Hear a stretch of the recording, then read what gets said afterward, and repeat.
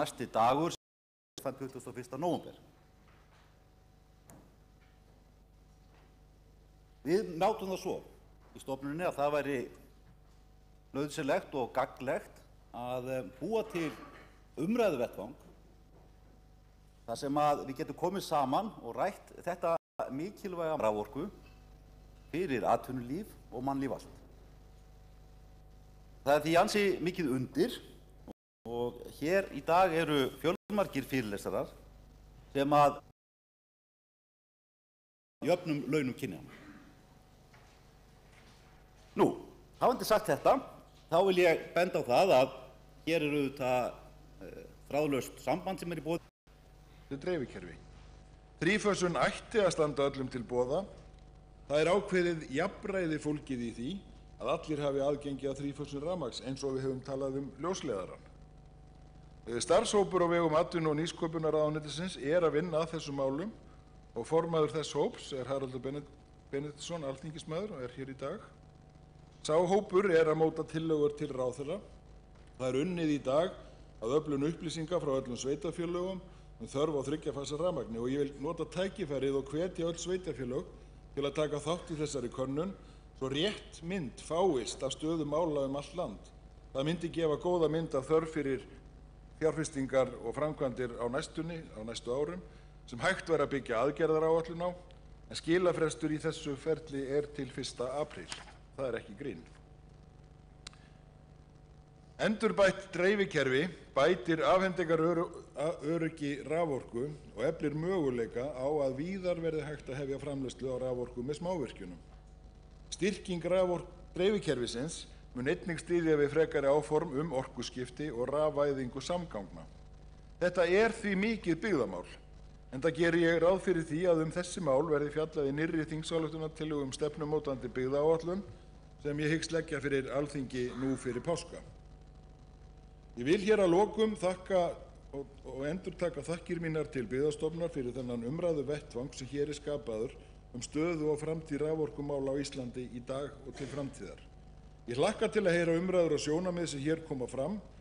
Mikilvægast í þessu sem öðru í okkar samfélagi er að við náum að ræða okkur fram til þess að finna lausnir og móta sameiginlega sýn á viðfangsefnin. Takk fyrir.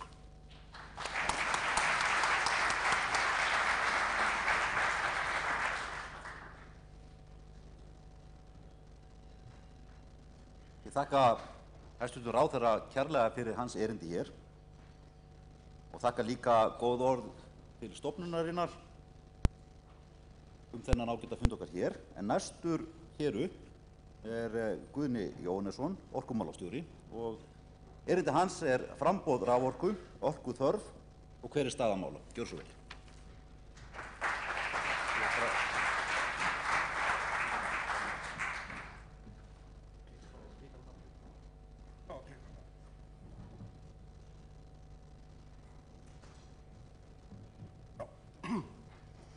Já, góðir fundamenn, ég vil nú þakka sérstaklega fyrir að vera boðið á þennan fund og sérstaklega finnst mér jákvætt að Byggðastofnun og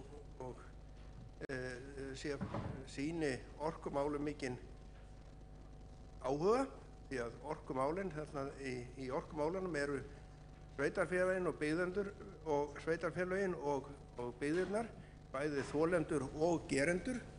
Það er að segja að þegar kemur að því að framleiða og flytja orku þá kemur það inn á rýmisþörf og ásýnd sveitarfélagana og síðan þegar kemur að því að nýta orkuna þá eru menn kannski háðir ákvörðunum annarra sveitarfélaga. Þannig að það er mjög mikilvægt að þarna sé samstarf og þarna sé skilningur og það sé unnið áfram með þessi mál á svona sameiginlegum vettvangi. Nú, við á Orkustofnun ásamt Landsneti gerum við reglulega raforkuspá þar sem við göngum út frá þeim forsendum sem eru vöxt samfélagsins, hagvöxt og orkuskipti, allt sem að til greina getur komið sem getur haft áhrif á orkuþörf landsins.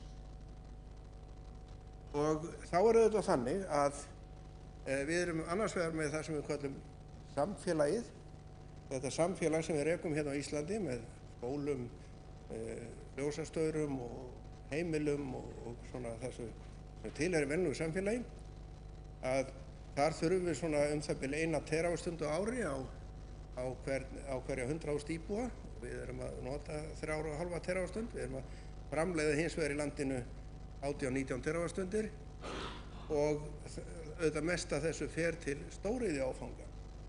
Og það er óskaplega erfitt að spá fyrir það hvenær og hvort stóriðja verður byggð. Það er háð samningum og áhuga erlendra stórfyrirtækja og það er háð stjórnmálunum á Íslandi og aðkomu sveitarstjórna og allum mögulegum hlutum sem að hafa áhrif á það.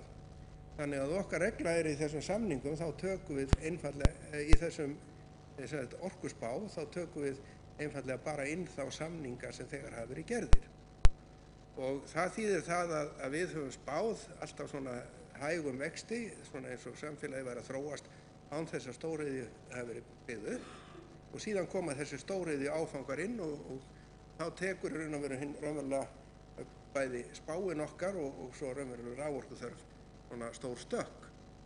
Og ef við lítum á þróuna síðan 1965 að þá hefur verið að virkja það bil 0,4 terawattstundir.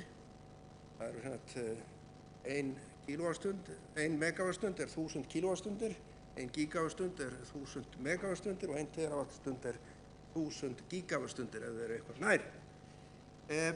Þetta er samt mikið magn og við þurfum samt að bæta þessu við á hverju ári vegna þess að bara þjóðfélagið hefur að þróast og síðan hafa þessir stóriðju áfangar komið inn.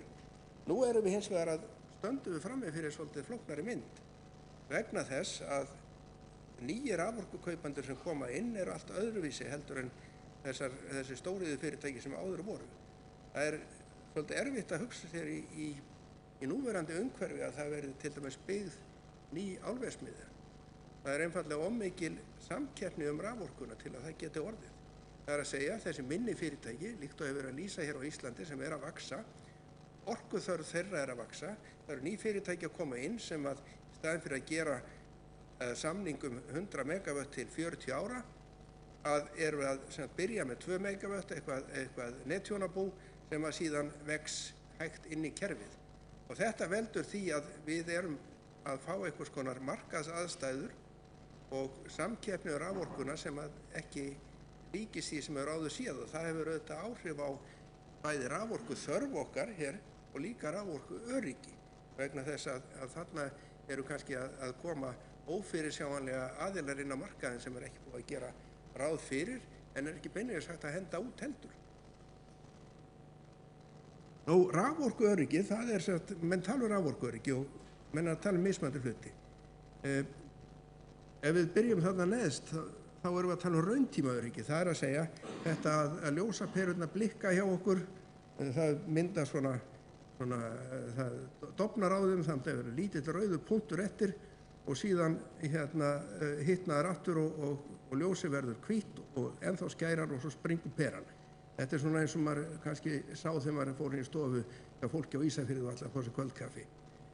En þetta er verið að bæta með nýjum tæknibúnaði og þetta er ekki bara spurning raforkumagn, heldur líka spurning hversu vel raforkukerfin eru tilbúin til að taka við áföllum og breytingum. Svo komum við að framleiðslu öryggi og þá erum við að hugsa nokkurn veginn til 1 árs. Þá erum við að skoða hvernig hvaða hvort við höfum nógan viðbúnað til að bregðast við þeirri eftirspurn sem verður á næsta ári og síðan kemur í frambúðar raforku, þá erum við að hugsa það svona í þeim tímaskala sem tekur upp að byggja til þess stærri iðnfyrirtæki og svo framvegis. Þá erum við að tala 3,5 ár og svo að framsýn orkustefna, þá erum við að reyna að sjá fyrir breytingar sem að verða á þjóðfélaginu á 20-30 árum. Þannig að raforkuöryggi þurfum við að vinna á mjög mörgum, eða minnst 4 stigum. Og ef við lítum á tímaskalan þá er hann auðvitað þannig að við erum að skoða nákvæmlega hvað gerist núna, hvernig kerfin virka, en svo þurfum við að hafa viðbúnað til 1 árs til 5 ára og svo reyna að sjá fyrir 20 ára. Og að 20 ár þá erum við til dæmis með rammaáætlun sem að reyna að sjá okkur fyrir virkjunarkostum sem að við getum þá haft til reiðu. Við erum með kerfisáætlun Landsnets þá sem að er að reyna að sjá fyrir þörf á uppbyggingu raforkukerfisins næstu 10 árin og svo framvegis. Þannig að framsýn orkustefna, það hefur verið nefnt hér og það er raun og veru þessar langtíma áætlanir og þetta er gríðarlega mikilvægt að við vinnum að þessu og reynum að hafa viðbúnað í landinu þannig að við getum séð fyrir þörfunum í þessu 20 til 50 ára perspektífi sem við höfum. Nú síðan er þetta með nægilegt framboð og þá þetta kemur orkuspáin inn, það er að segja hvernig þrátt fyrir þó að almenni markaðurinn aukist hægt og það má segja að þetta sé lítið magn á hverju ári, þá er hann samt að aukast og hann er kannski að aukast svolítið hraðar heldur við reiknum með vegna þess að það eru nýjir aðilar að koma inn, það er samt orðin meiri eftirspurn eftir minni fyrir minni stórnotendur má segja og það getur svona truflað dæmið svolítið hjá okkur. En þarna þurfum við að sjá fyrir framboði til þess að menn geti tryggir skipulagt fjárfestingar í atvinnurekstri og svo framvegis og þá hugsum við okkur að hvert bæjarfélag af svona sæmilegri stærð þarf að sjá fyrir að geta aukið raforkunotkunna svona 10 megawatt eða eitthvað slíkt. Þannig að það er ekki nóg að vera bara að mæta þörfin á hvernig tíma, menn þurfa líka geta séð fyrir þannig að þessir minni orkukrefjandi atvinnukostir geti komið inn á þess að við reikum okkur upp undir þak eins og við gerum núna.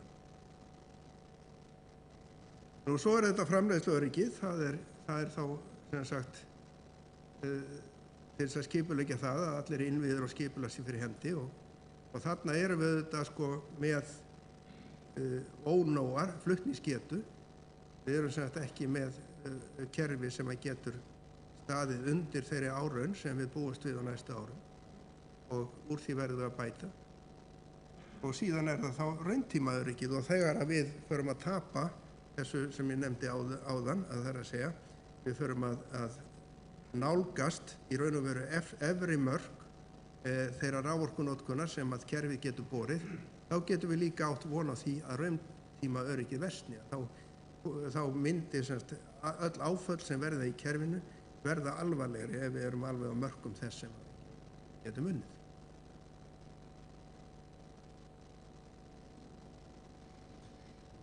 Nú, framsýn orkustefna, það eru þetta að helstu ógnir þarna, hverjar eru? Það eru þetta að það er lítil sátt og pólitísk óvissa framtíð nýrra orkuöflunar. Þetta er bara staðreynd sem við búum við. Við erum með mjög mismunandi skoðanir bæði orkuöflun og orkuflutning. Og til pólitíska kerfi og síðan með tilkomu Árósasamkomulagsins og kæruleiðum og öðru, þá erum við kannski að sjá fram á það að samfélagið er einfaldlega ekki skilvirkt. Alveg sama hvaða skoðun við höfum, hvaða ákvarðanir við tökum, þá verðum við að geta tekið hann á sæmilegum tíma. Það gerum við ekki í dag. Síðan höfum við haft það áður að nýjar virkjanir, það voru alltaf spyrtar saman við einstaka iðnaðarkosti. Ég held að þetta umhverfi sé að breytast. Það er að segja að við þurfum að skapa okkur umhverfi, við þurfum að skapa okkur reglur, verk sem að gera ráð fyrir minni iðnaðarkostum sem koma inn og eru ekki nauðsynlega búin að festa sér einhverja virkjun norður eða austur á landi, heldur að þeir geri einfallega þá kröfu að þeim verið séð fyrir raforkukerfinu og þá verður að reyna að leysa þessi mál svona á sameiginlegum grunni fyrir fleiri fyrirtæki. Þetta er eitthvað sem við sjáum gerast núna. Nú, eins og ég sagði áðan, það var skilvirkni leyfisveitingaferlisins, hún er bara einfallega undir skynsemismörkum. Við sitjum hér og við vitum öll að Akureyri er rafmagnslaus. Við vitum það að við getum bætt úr því með því að leggja leiðslur hingað, en það hefur einfallega tekið allt of langan tíma. Ef að landstjórnin hefði viljað einfallega ákveða það, Akureyringar fái bara ekki meira rafmagn, þá hefði verið fínt að hafa þá ákvörðun fyrir 5 árum og þá hefði menn getað hagað sér samkvæmt því. En meðan að mönnum talið þetta kemur einhver tíman að bara þetta í ferli eins og ráðamenn segja gjarnan þegar að svör eru óljós og þá sitja menn uppi með þessa miklu óvissu sem þetta hér ennþá. Nú flutningskerfið, það ekki að þróast með eðlilegum hætti og við erum satt með óvissuna líka þróun almenna kerfisins, það að segja að við getum átt það að hættu með þessum þrengingum að þessir minni stóru iðnaðarkostir sem koma inn, þeir fari að þrengja að vegna þess að verðið ekki mikilvægt fyrir þá. Þeir fara að þrengja að hinum almennu markaði og það geti einfaldlega orðið orkuskortur fyrir almenna notendur sem að myndi valda miklu meiri hækkun á rafmagni heldur en nokkuð tíma strengur til Bretlands. Og það er bara hætta sem að skapast ef að við erum ekki nægilega virk í því að sjá landinu fyrir nýjum orkukostum þannig að það sé hægt að byggja í takt við þá þörf sem skapast. Og ef að leyfisveitingaferlið verður jafn óskilvirkt og fyrir flutningin að þá endum við þar. Nú, helstu tækifæri eru þetta að ljúka rammaáætlun og þannig að fyrirliggi fjölbreyttir virkjanakostir. Ég ekki að segja að ég sé sammála niðurstöðum þeirra sem að síðasta verkefnisstjórn rammaáætlun setti fram, en málinu verður að ljúka. Það ósköp einfalt. Ákvarðanir verða að verða til. Nú síðan höfum við hjá Orkustofnun og í góðu samstarfi við ráðuneytið og síðan í sveitarfélög í kringum land verið að mynda sérstakt átak á smávirkjanir. Það eru auðvitað gegna miklu hlutverki ef við erum með markað sem er hægt vaxandi og kannski með svolítið ófyrirsjáanlegri hætti, þá er mjög gott að hafa minni virkjunarkosti í kerfinu sem hægt að ráðast í þegar að forsendur skapast. Þetta líka fyrir byggðirnar þetta atvinnuskapandi og tekjuskapandi og þannig að þetta getur verið, ef þetta getur sæmilega sáttu umhverfið, þetta er besta mál. Nú, síðan þarf að setja markmiðum skilvirkni leyfisveitingaferlisins, ráðherra að koma að hér, ráðherra að bæta það og síðan langtíma stefnu uppbygging og framleiðslu flutningskerfisins. Eins og það hefur komið fram sá misskilningur að ríkisstjórnin eigi að ákveða í hvað rafmagnið eigi að fara. Þá þarf að gera nokkuð grundvallar breytingar á orkulögum vegna þess að markaður og sala á raforku frjáls markaður í dag og það ekki þannig að ráðherra orkumála geti setið og sagt ég vil ekki að sé selt raforka í kartöfluverksmiðju, ég vil að hún fari í mjólkubú frekar eða slíkt. Heldur þarna þetta markaðurinn sem ræður. Það sem að ríkisvaldi getur sett þetta að setja þeirri starfsemi sem að fer fram takmörk hvað varðar losun, mengun og svo framvegis. Nú, síðan þarf að einhvern veginn að tryggja það að það sé ekki hægt að ganga of nærri raforku þörfum almennings fyrir raforku og þar það samkvæmt lögum hlutverk Orkustofnunar að gera það ef upp kemur, en okkur vantar svolítið tækin til þess, þannig að þetta þarf að skoða og bæta löggjöfuna hvað þetta snertir, þannig að það sé möguleiki til þess að einfaldlega taka frá raforku fyrir almenna markaðinn til að sinna þörfum hans og þetta er eina af þeim leiðum sem að prófessor Ignacio MIT benti við í sinni skýrslu. Nú, svo ef við komum að þessum nægt með helstu ógnir, þá það spurningum nægt framboð. Við erum stýranlegt vatnsafl, það fyrir hlutfallslega minnkandi. Jarðhitinn góður, en hann svona það sem við kallum base load, hann eins og kjarnorkuver, hann framleiðir bara með jöfnum takti rafmagn allt árið, en vatnsorkan hún getur farið upp og niður eftir þörfinni, þannig að þarna þetta mjög mikilvægt að við séum stýranlegt vatnsafl að hluta og að það sé líka að hluta utan gosbeltisins, þannig að hugsanlega náttúruvá, þá séum við tilbúin að mæta því. Við erum með möguleika í þessu kerfi okkar að setja inn svona 1000 megavött af vindorku án þess að það verði verulegar á þess að komi til verulegar rekstrarvandamála. Hins vegar þurfum við þá að geta nýtt lónin okkar, uppistöðurnar og svo framvegis, og það auðvitað krefst þá að flutningskerfið komið í lag. Það sem að niðurstaða þessar skýrslu raforkuöryggi sem við létum ásamt Landsneti og Landsvirkjun gera, að þar auðvitað sagt að jarðefnaeldsneyti til þess að mæta staðbundnum orkuskorti alltaf óhagkvæm og þetta umhverfislega óásættanlega. En tækifæri liggja í minni vatnsaflsvirkjunum, í vindorkunni. Við höfum líka mikið af sjóðandi lághita í landinu og höfum látið vinna skýrslu það að það hægt að framleiða töluvert af raforku í þessum, á þessum minni jarðhitastöðum, þar sem við erum ekki endilega með 250 til 300 gráða heitt vatn, heldur svona þess við köllum sjóðandi lághita, einhvers staðar á bilinu 100 til 150 gráður. Og þar auðvitað tæknin út allan heim, hún að batna og framleiðslan að verða öruggari og ódýrari á þessum tækjabúnaði til þess. Nú, svo höfum við þetta möguleika til að setja þá lögum að það megi stunda endurkaup, það er að segja að almenni markaðurinn gæti keypt rafmagn frá stóriðjunni ef á þyrfti að halda.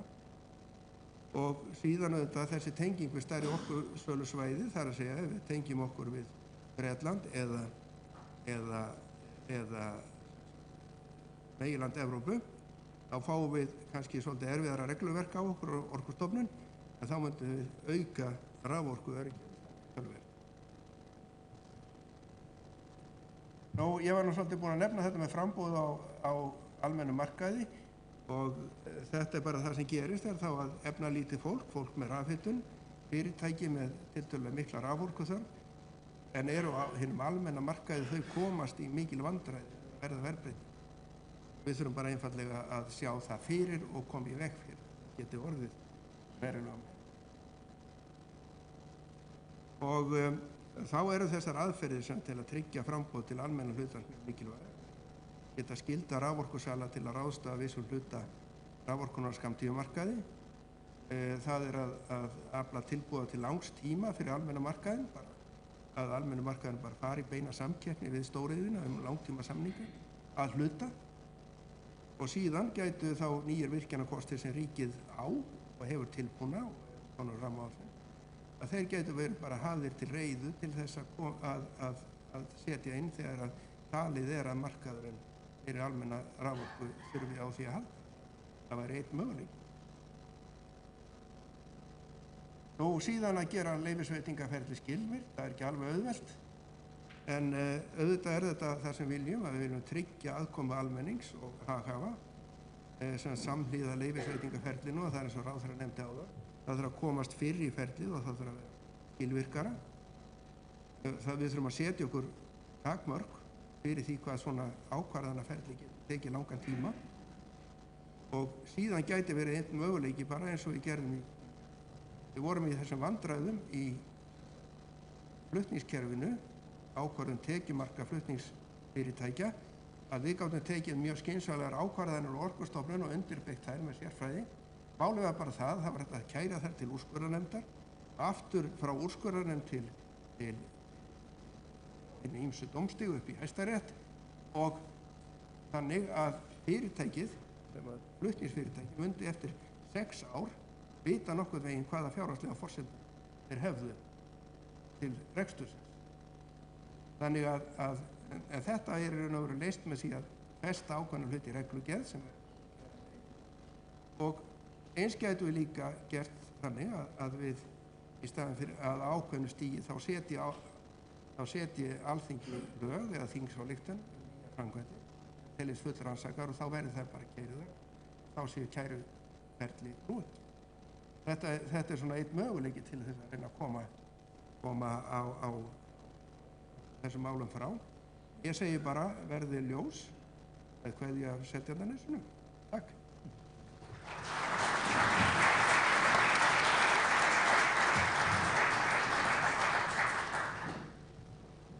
Kærar þakkir, orkumálastjóri, þitt góða erindi. Og þá það næst Guðmundur I. Ásmundsson, hann forstjóri Landsnets og yfirskrift hans erindis þörf á öruggu raforkuflutningskerfi. Gjörðu svo vel.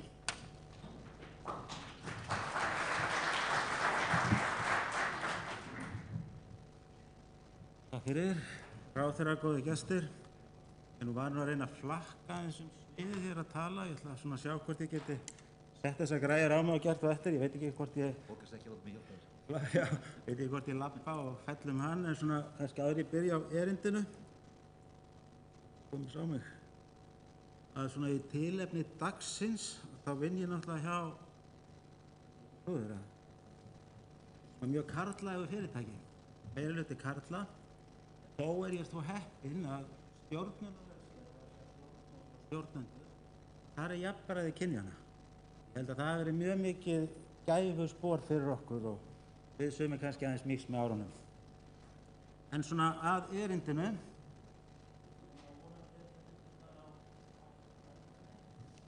Vítur á nafnið. Já.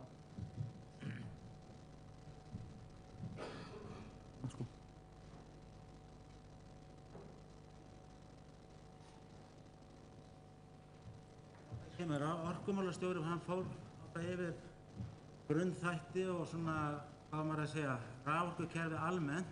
Okkar hlutverk að vera með flutningskerfi sem svona afmarkaðri hluti af því og það raunverulega það sem ég ætla að fara og spurningin sem ég fékk var það, þörf á styrkingu raforkukerfis, þörf á þessu kerfi.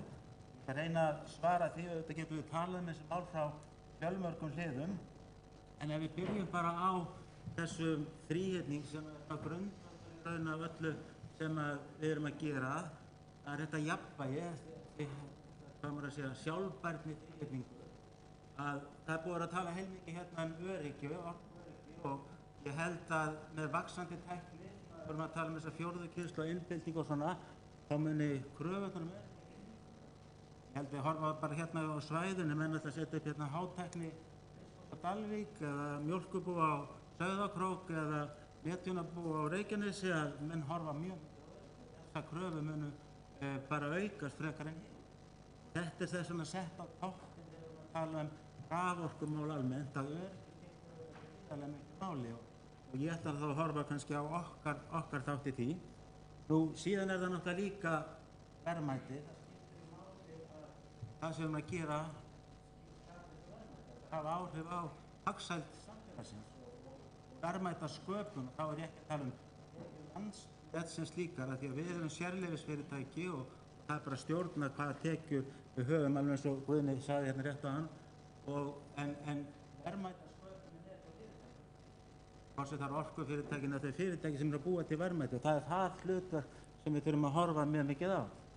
Nú síðan umhverfismálin og samfélagi sem skiptir ekki síðu máli og umhverfismálin eru náttúrulega deilur okkar menningi og út af umhverfismálum og kannski fyrst og fremst þessum sjónrænu áhrif okkar tilviki þar sem þetta yfirleitt afturkræf verkefni sem við erum með, þá þetta sjónrænu, það svona ein hlið umhverfismálana en þetta miklu flóknara mynda það þegar við vorum á orkumálum vegna þess að við erum líka að tala loftslagsmál. Loftslagsmálin og raforka falla mjög vel saman og ef við ætlum að ná tökum á loftslagsmálunum þá þurfum við að fara að skipta yfir í orkugjafa og þó að hér á Íslandi séu svo heppin að við notum í miklu mæli rafmagn og hreina orkugjafa þá ennþá olíunotkun hérna. Þannig að þetta svona tvískipt og það svona skiptir máli að það sem við gerum taki líka til þess við þurfum líka að tryggja það tilkostnaðurinn gerir hreina endurnýjanlega orkugjafa samkeppnisfæra við eldsneyti. Það svona stórt grundvallarmál.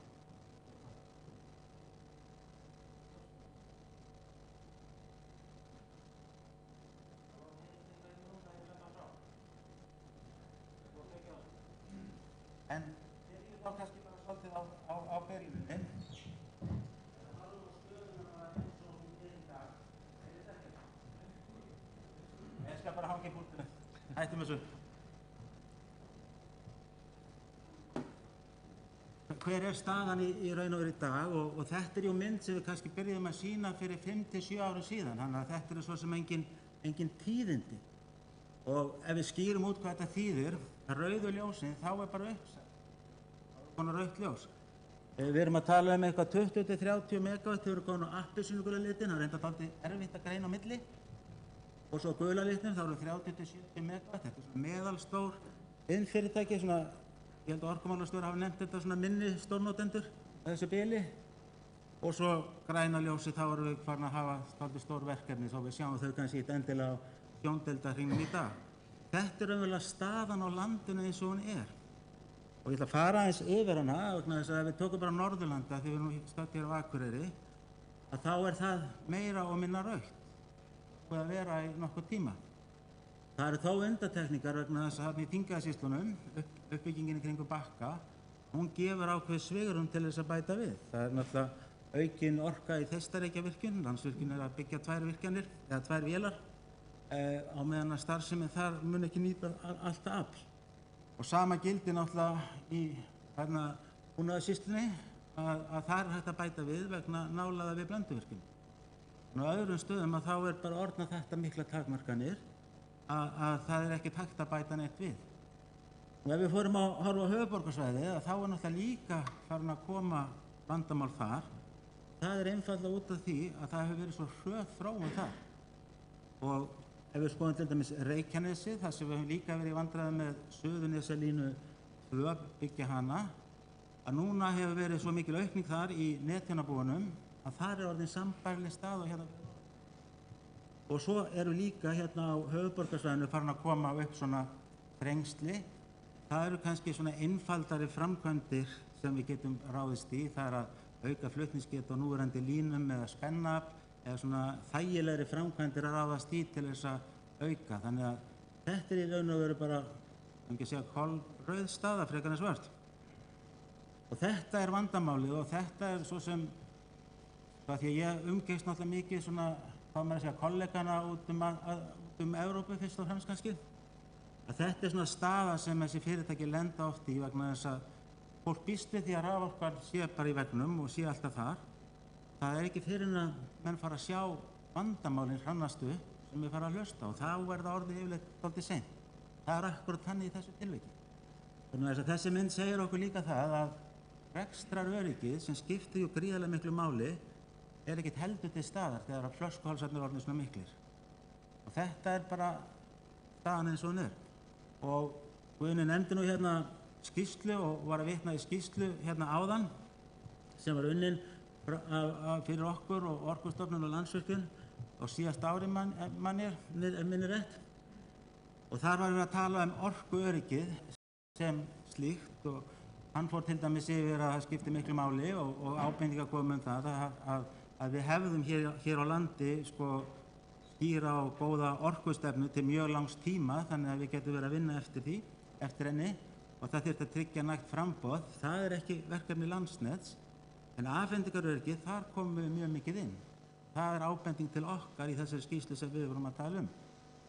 Og ef þið skoðið svo það sem við römmuðum inn þarna, að því við erum hérna á Akureyri, að þá benda þessir höfundar og þetta eru einhverja bestu rannsóknar og háskólastofnanir í heimi sem við erum að tala þarna, MIT og Comillas á Spáni, og þeir benda sérstaklega á byggðalínuna og segja að það bara leysi þetta mál strax. Það var í fyrra. Og þannig að þetta er orðið öllum augljóst að það þarf að gera eitthvað.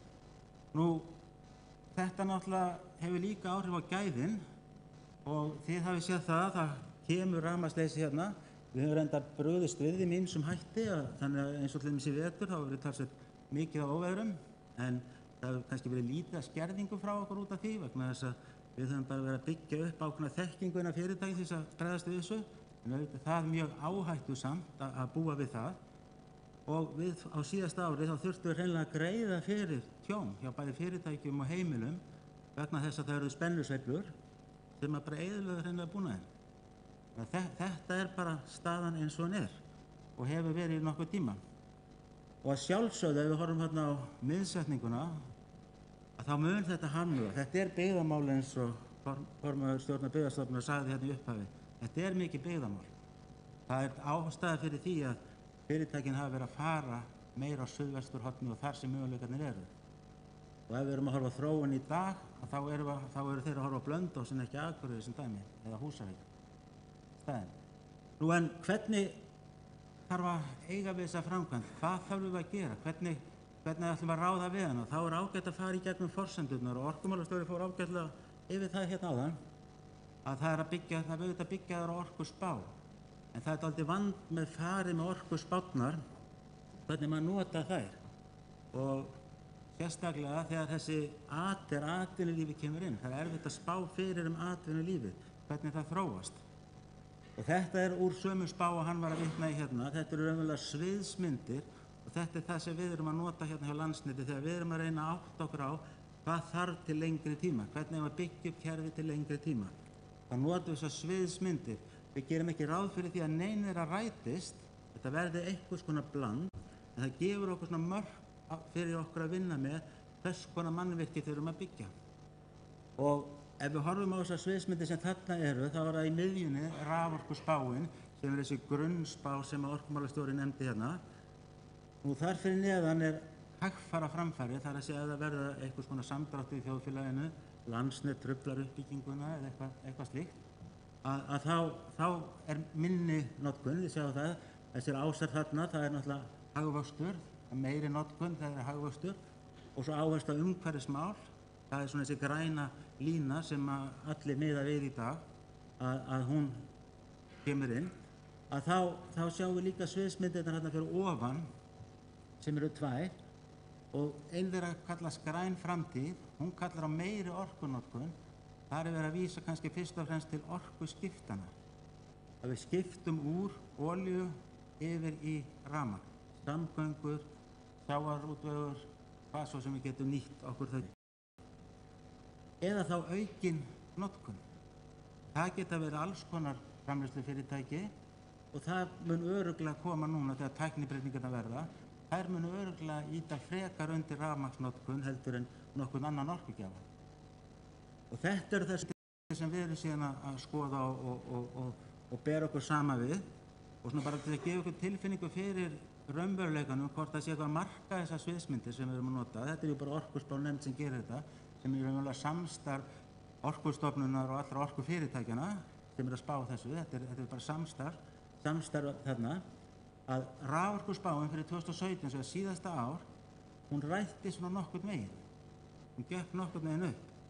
En það voru 2 stór verkefni í töfum á Bakka og í Helguvík sem voru inn í spánni. Þannig í raun og veru var þörfin, ef að tafirnar hefði ekki orðið, umfram spána. Við sjáum það þegar í dag að fyrir þetta ár þá verður raforkuaukningin umfram spána. Hún verður eitthvað staðar í þessum sviðsmyndum þarna fyrir ofan. Hvar nákvæmlega veit ég ekki, það er talsverð aukning í netþjónabúum sem mun koma inn. Þetta er bara veruleikinn sem við erum að horfa á.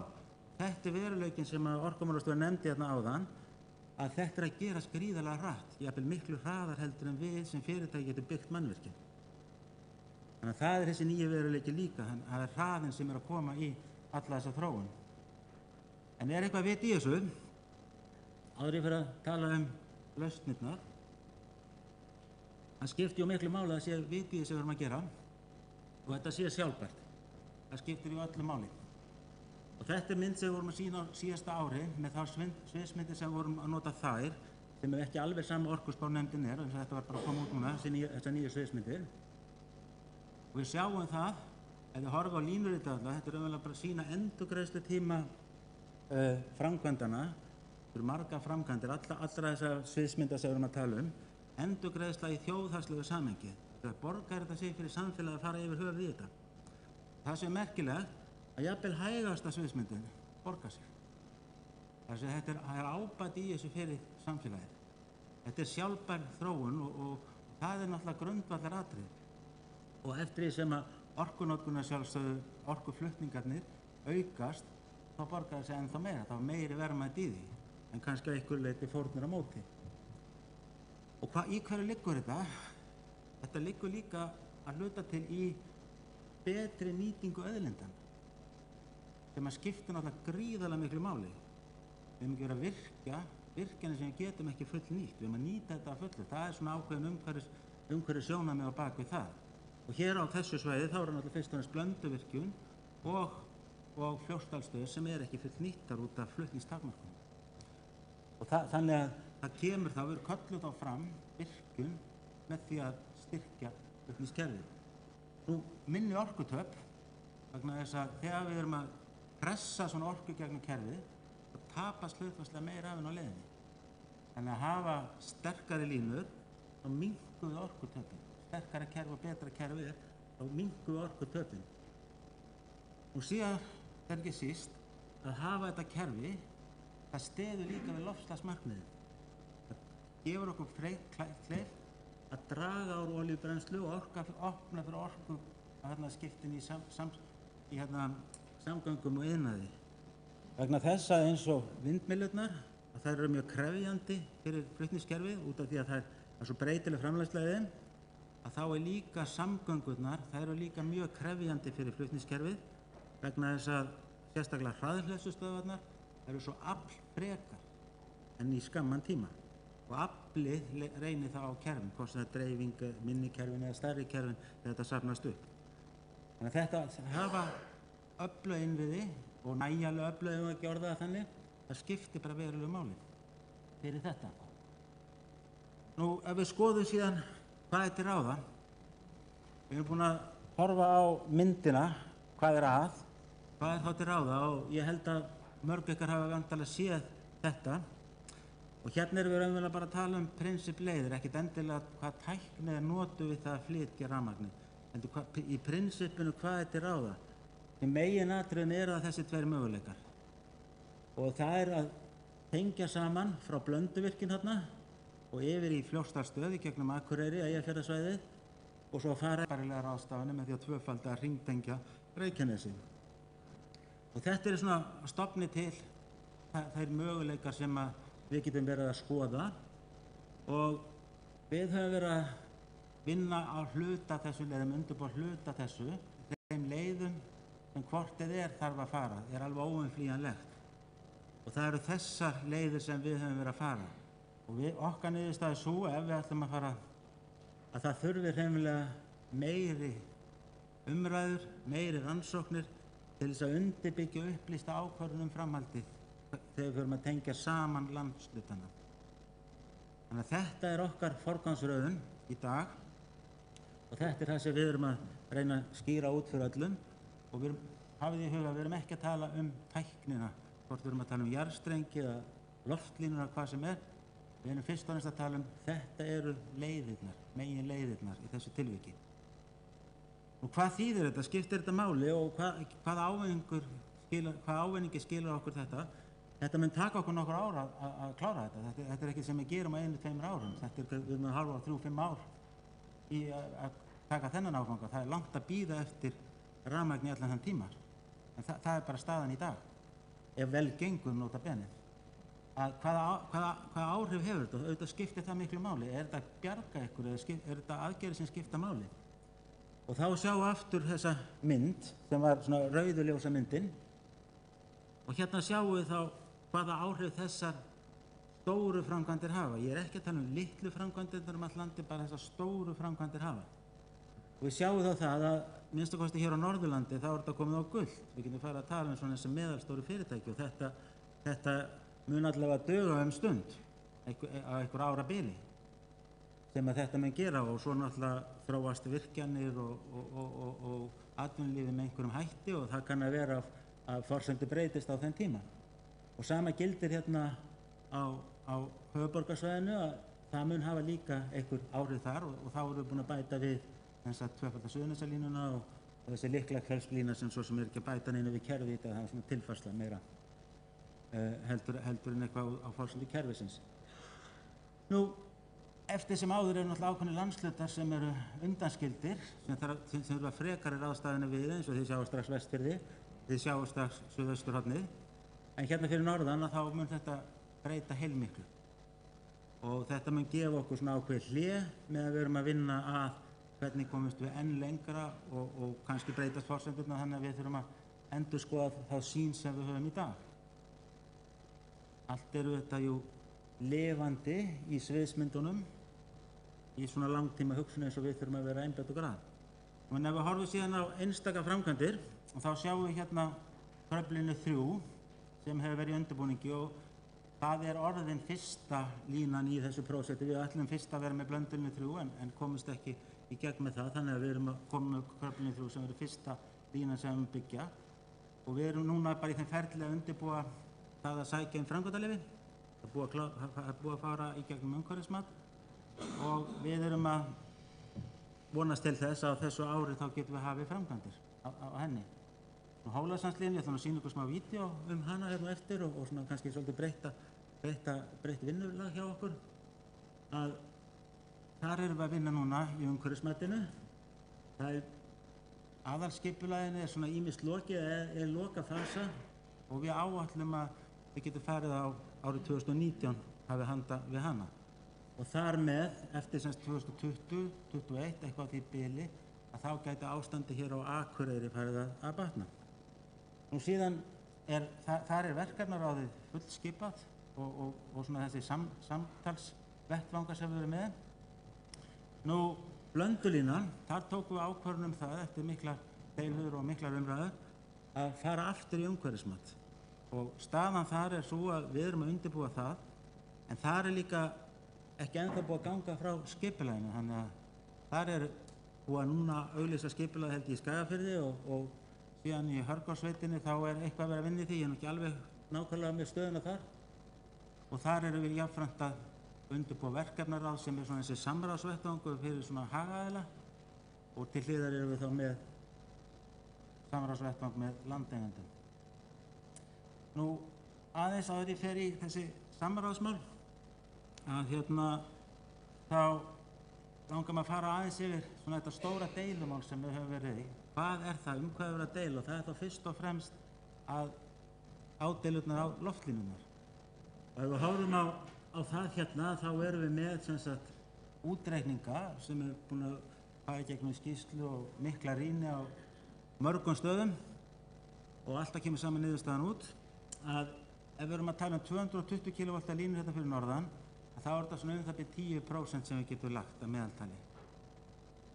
Þessi jarðstrengir hafa áhrif hvort á aðra þannig að þetta er svona skiptir máli hvernig það deilist niður á staði en þetta er svona cirka 10%. Og það er ekki líklegt að það eitt og sér muni leysa alla deilur jarðstrengi og svara öllum væntingum. Og 10% eins og til dæmis á þessu línu sem er bil 100 km langar, það er 10 km, það er ekki langur kafli. Nú, það hefur nú verið í umræðinu að við ættum þá bara byggja minna flutningskerfi, 130 kV flutningskerfi og þá gæti það bara allt farið í jörðina. Það er náttúrulega uppfyllir bara ekki kröfunar. Það er margbúið að sýna fram á það bara dugar ekki til. En við erum búin að reikna samt sem að hvað væri hægt að leggja því í jörðina ef það væri byggt. Það kerfi er augljóslega veikara heldur 220 og það er svona cirka 30%. Þannig að það er ekki einu sem hægt að setja það allt í jörðina. Þannig að þetta er nú bara staðreyndir og þetta er bara tæknilegar hindranir með þá tækni sem við búum við í dag. Nú, í dreifikerfinu þá er mikil þróun sem betur fer í því að leggja dreifikerfið í jörð og það eru menn komnir mjög langt en við erum farin að finna áhrifin af því. Og þá hjálpa líka 240 kerfið okkur, það er þá sterkara en það er alveg greinilegt að í dreifikerfinu þurfa menn aðeins að fara að bregðast við með meiri spennujöfnun. Nú, við höfum við undirbúning þessa verkefna þá höfum við verið með mjög breytt vinnulag og bætt og við erum að fá helling út úr því sem fyrirtæki og við erum að fá betri lausnir og við tókum stefnubreytingu núna fyrir held ég 3-4 árum síðan og fórum í þetta verkefnaráðs fyrirkomulag okkar og fyrir hverja framkvæmd núna þá stofnum við verkefnaráð og þar inn allir hagsmunaaðilar. Þar til hliðar erum við líka að tala við landeigendur í hópum eftir svæðum eða vonandi allir línuleiðin í einu, það fyrir svolítið eftir hvernig landsvæðin eru og eða þá í smærri hópum og við erum svona að reyna að ná meiri takt, meiri sátt verkefnin og við erum að hnika til lausnum og reyna að finna betri lausnir og þetta erum við að fá mjög góð viðbrögð. Á sama tíma þá höfum við líka verið að upplýsa almenningu hvað við erum að gera, ýmsum hætti. Við erum með myndband af því að við erum að tala um Hólasandslínu hérna sem er svona að fara í vinnuna fyrir að skipa verkefnaráð og menn eru byrjaðir að vinna Þá ætla ég að sýna ykkur bara þetta myndband hérna, ég held ég svona komin aðeins fram með tíman. Myndbandi kom allavega ekki í gang. Eitthvað sem getur hjálpað mér að koma því í gang.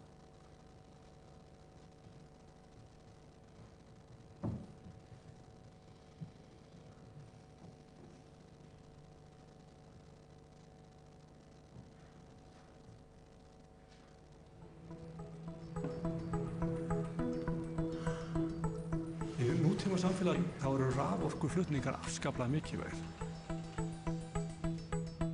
Ef við viljum byggja landið þá þurfum við að geta flutt þessa miklu raforku sem við höfum í landinu á milli staða.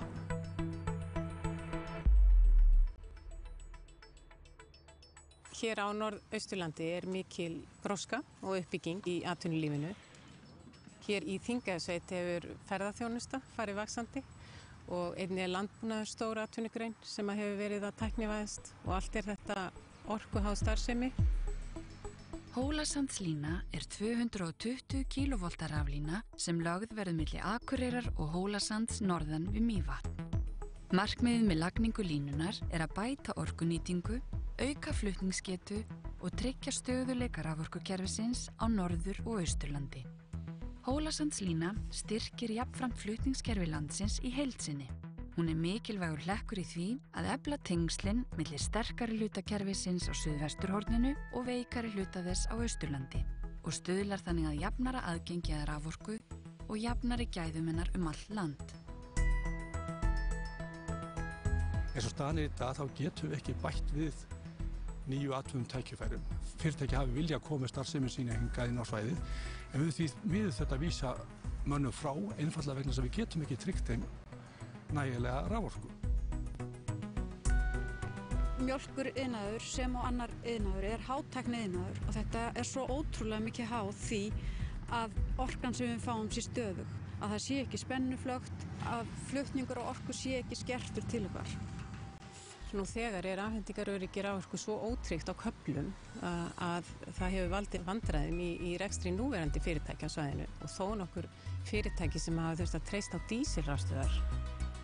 Lagnaleiðin er 70 til 80 km, mislöng eftir þeim valkostum sem eru til skoðunar. Línan er að mestu leyti fyrirhuguð samhliða Kröflulínu 1, en víkur frá henni á Hólasandi og í Eyjafirði. Í undirbúningsferlinu eru skoðaðir valkostir sem lúta að jarðstrengjum og loftlínum, en tæknilegar forsendur ráða því hversu langan jarðstreng hægt er að leggja hverju sinni. Hólasandslína getur að hámarki leiði 12 km jarðstreng. Aðrir raunhæfi kostir sem hagsmunaaðilar og almenningur leggja fram koma einnig til álita sem valkostir við mat á umhverfisáhrifum. Hólasandslína skiptir því gríðarlega miklu máli fyrir Norðausturland, skiptir miklu máli byggðaþróunarlega séð og í stóra samhenginu skiptir hún líka miklu máli út frá umhverfissjónarmiðum. Það verður sífellt aukin krafa umhverfisvænni ferðaþjónustu. Skemmtiferðaskip sem hingað koma, þau munu í framtíðinni vilja tengjast raforku og rafmagni á meðan þau dvelja hér í höfn. Það er náttúrulega skiptir máli fyrir okkur bara upp á umhverfið að gera. Uppbygging Hólasandslínu fyrir okkur hér á Eyjafjarðarsvæðinu er afar mikilvæg í þessu sambandi og skiptir miklu máli fyrir framtíð Eyjafjarðarsvæðisins í heild.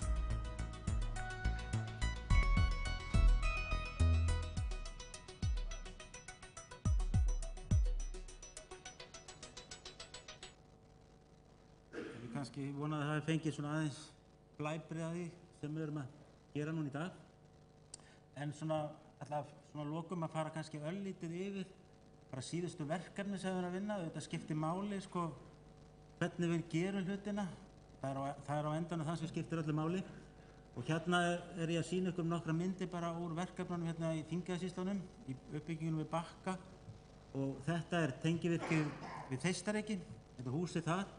Og þið sjáu að línan fer annars verð hérna yfir hraunið, yfir Þeistareykjahraunið og í átt að Húsavík og svo beygir hún hérna í átt að Kröflu. Þarna sjáum við húsið sem við byggjum, allar okkar spennistöðvar eru inni í svona, það má nú deilum alltaf hvað er fallegt hús og ekki, en allavega í svona húsi og þið sjáum línurnar þarna, það er reyndar sjást meira en það muni sjást í framtíðina því að þetta er nýtt sink, það á eftir að veðrast, þannig að það mattast aðeins út, þannig að það verður svona örlítið minna minna í landinu. Þetta sjáum við raunverulega á sama stað bara af vetrarmynd. Þegar það kemur út á veturinn þá sjáum við húsið okkar eða spennistöðina og leinuna sem kemur yfir Þeistareykjahraunið og hinn fer náttúrulega upp í Kröflu og ég veit ekki hvort að skjávarpinu er eitthvað trufla þetta og þið sjá virkjunum í baksýn, Þeistareykjavirkjun, sem er náttúrulega verkefni Landsvirkjunar. Og sama þetta er fyrirkomulagið á bakkan. Þið sjáum spennistöðin, hún er með bláa ár, þetta er svona sambarlegt hús, reyndar talsvert minna heldur en á Þeistareykjum og línan kemur niður. Svo sjáum við verksmiðjuna sem er að reisa og svo hinar iðnaðarlóðina sem hugsanlega verða byggt á einhvern tímann í framtíðinni. Nú, eins og þið vitið þá var náttúrulega mjög mikla deilur þetta verkefni og þetta lenti í alls konar málaferlum. Eftir á þá höfum við verið að fá bara ágætis viðbrögð við þessu, jafnvel hjá fólkinu sem deildi hvað harðast á okkur. Og þeir sögðu að þessi inngrip okkar væru svona látlausari í landinu heldur en þau áttu von á.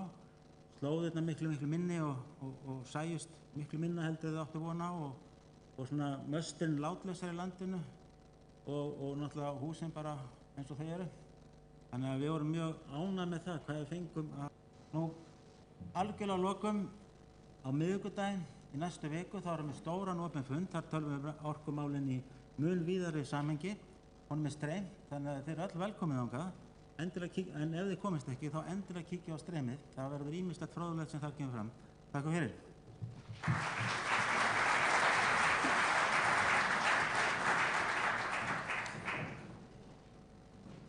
Já, ég þakka Guðmundi kærlega fyrir hans erindi.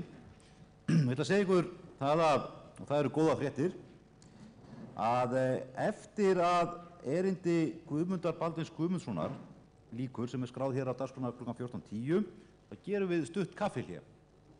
Það var ákveðið að hafa ekki þessa tilkynningu á dagskránni, þannig að ég fengi að segja jákvæðar fréttir.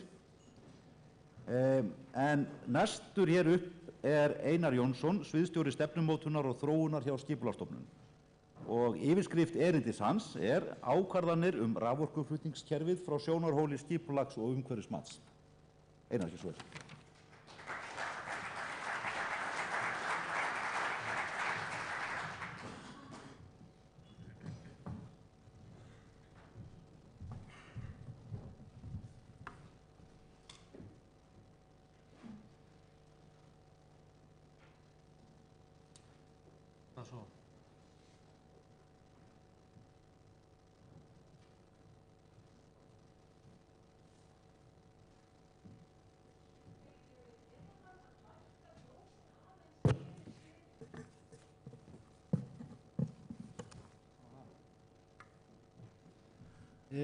Gott fólk, eins og kom hér fram þá kem ég hér í staðinn fyrir hennar Ásdís Hlökk Pétursdóttur sem gat ekki komið. En ég ætla nú samt að reyna að bera ábyrgð á einu orðum þannig En það sem ég ætla að tala stuttu máli er hvernig skipulagsyfirvöld koma að ákvörðunum raforkuflutningskerfi bæði gegnum skipulagsáætlanir og umhverfismat. Ég ætla fyrst og fremst að draga fram samspil ákvarðana sem teknar hjá ríkisvaldinu annars vegar, sveitarfélögunum hins vegar og svo aðkomu almennings að þessum ákvarðunum eða ákvarðanatöku. Ég ætla auðlítið að tala fyrirkomulagið í orkuframleiðslunni, auðlítið til samanburðar, en þetta er margt hliðstætt með þessu en líka margt ólíkt. Allu jöfnu eru ákvarðanir orkuflutningsmannvirki stórar skipulagsákvarðanir. Þetta eru sem almennt varða margs konar hagsmuni, það eru ólík stjórnvöld sem koma að ákvarðanatökunni og þetta er þó að grunni markmiði sé þykja okkur ákveðin gæði í okkur sem samfélag þá eru þetta margs konar spurningar eða álitaefni sem koma upp og sem þarf að taka með í reikningin eins og komum fram, viljum við leggja raforkuna í jörð, viljum fara í hálendið, hvaða möguleika höfum við fyrir, eins og Guðmundur nefndi áðan, hámarkslengd jarðstrengja og þetta er margs konar spurningar sem við þurfum að spyrja okkur. Og svo vindorkan sem er svona nýtt viðfangsefni. En þetta við skulum alveg hafa þá á hreinu, þetta bara komið fram hér í morgun, þetta flókið regluverk og þetta flókið ákvörðunartökuferli. Ég held að við reyndar komumst aldrei ekki svo glatt frá því, þetta varða marga hagsmuni og við erum búin að smíða í kringum þetta ákveðið regluverk og við kannski komumst aldrei alveg frá því að það var þetta einfalt eins og ráðherrann talaði hérna í morgun að hafa, ég man ekki hver það var, eða Guðni líklega, einhverja svona skemmniskýrn, það er alveg möguleiki, en þetta við búum í lýðræðu samfélagi, við höfum útbúið okkur flókin kerfi til þess að taka þessar ákvarðanir. Og ég held að það er svona mitt upplegg og ef þessar ákvarðanir eiga að vera vel ígrundaðar, upplýstar og sátt þær, það er svolítið mikilvægt í okkar öllu jöfnu. Ég ætla lítið að tala stefnu stjórnvalda skipulagsmál á landsvísu sem sett fram í landsskipulagsstefnu sem var samþykkt á Alþingi fyrir 2 árum síðan tæplega og þar fyrsta lagi stefna skipulagsmál á miðhálendi Íslands, dreifbýli, búsettumynstur sem svona faktist þéttbýlið, skipulag haf- og strandsvæða. Það megin skilaboðin í landsskipulagsstefnu orkuflutning og orkuframleiðslu mannvirki. Það fyrsta lagi á hálendinu að taka mið af víðernum hálendisins og náttúrugæðum við framkvæmdir og mælst til þess að beina þeim á jaðar hálendisins eða þar sem ekki skerði þessi víðerni. Í dreifbýlinu sem náttúrulega í tilfelli orkuflutnings og líka orkuframleiðslunnar margs konar áskoranir og því beint til sveitarfélaganna að þau gefi kost á og skoði kosti og nýta orkulindir í dreifbýli. Kemur að því aðeins seinna, það er þó svolítið mikið að gerast þar, litlar virkjanir og líka að skipulagsgerðin hún stuðli að afhendingaröryggi orku. Þetta er svona þessi leiðarstef sem ég dró hér fram.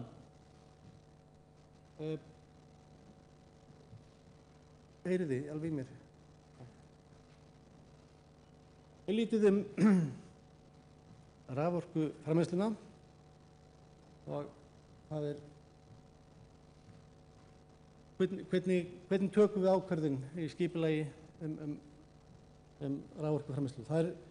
Ég get alveg sagt, Guðni náttúrulega rækti þetta svolítið vel hérna í morgun,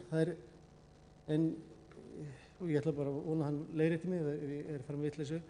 Við erum stórframleiðendur af raforku miðað við höfðatölu og mér sýnist svona að það sé það bil 3000 megawatt uppsett afl sem við erum með þegar og til viðbótar ykkur 1400 megawatt í nýtingar, uppsett afl í nýtingarflokki rammaáætlunar og þá tek ég líka inn á breytingu á rammaáætlun eða endurskoðun sem núna í farvatninu.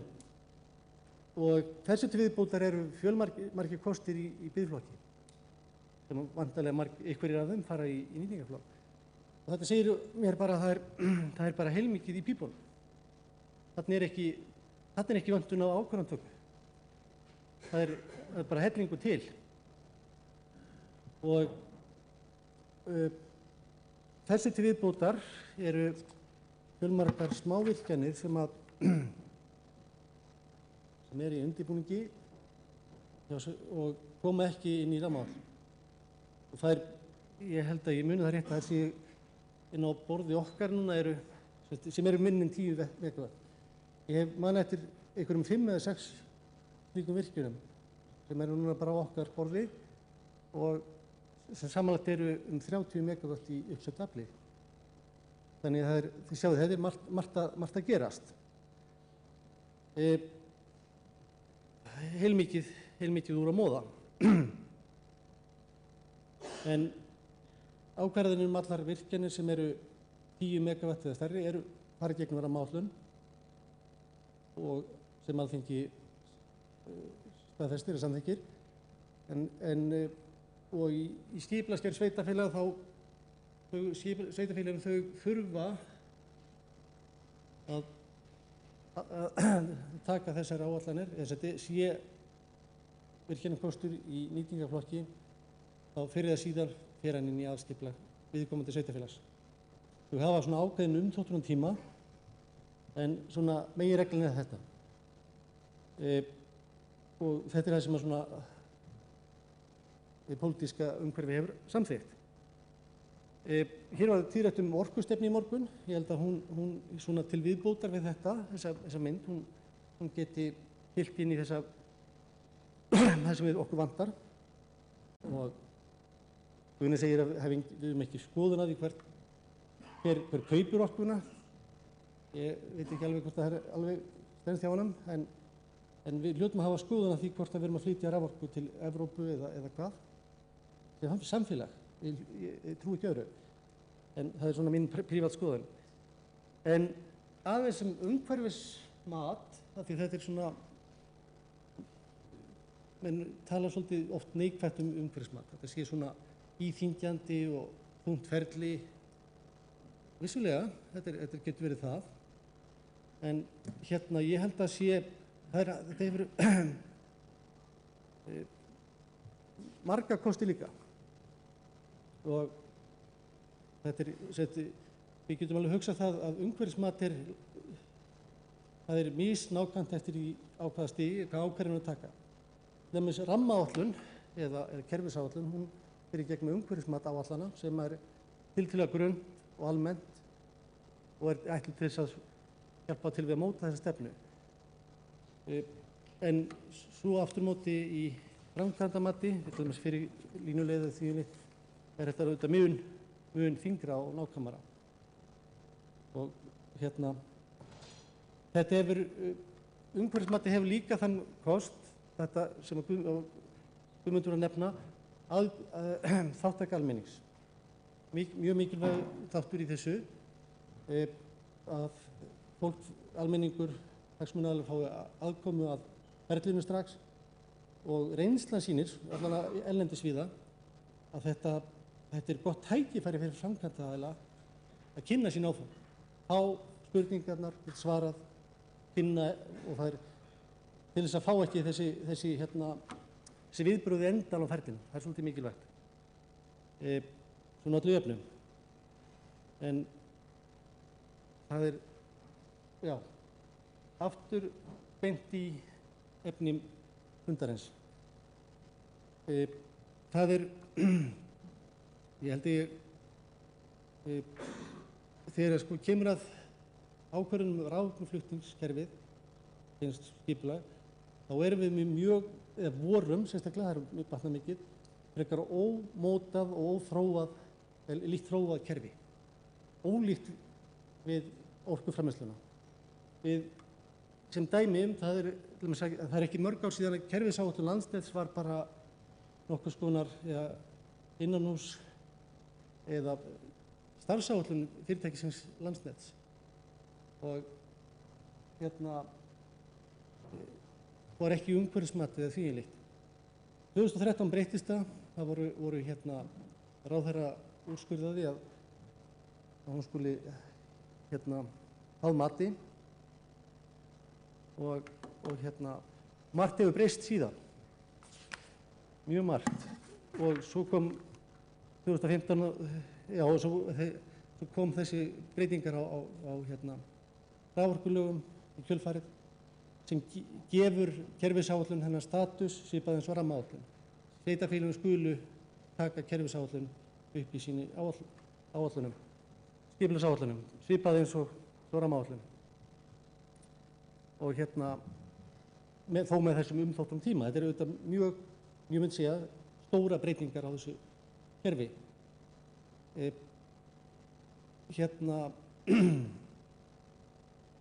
Samt sem áður hafa þessir lýðræðiskjörnu fulltrúar sem eru margir hérna í salnum, þeir hafa ekki aðkomu að kerfisáætlun og því var 2015 breytt og kemur þessi nýja stefna stjórnvalda uppbyggingu raforkuflutningskerfisins sem held ég bara hið besta mál.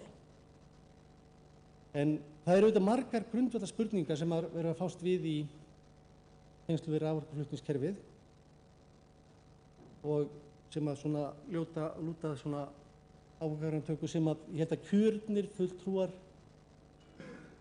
á Alþingi þurfa að svara. Það snýr að Vestfjörðum, til dæmis, hvernig á að styrkja flutningskerfið þangað.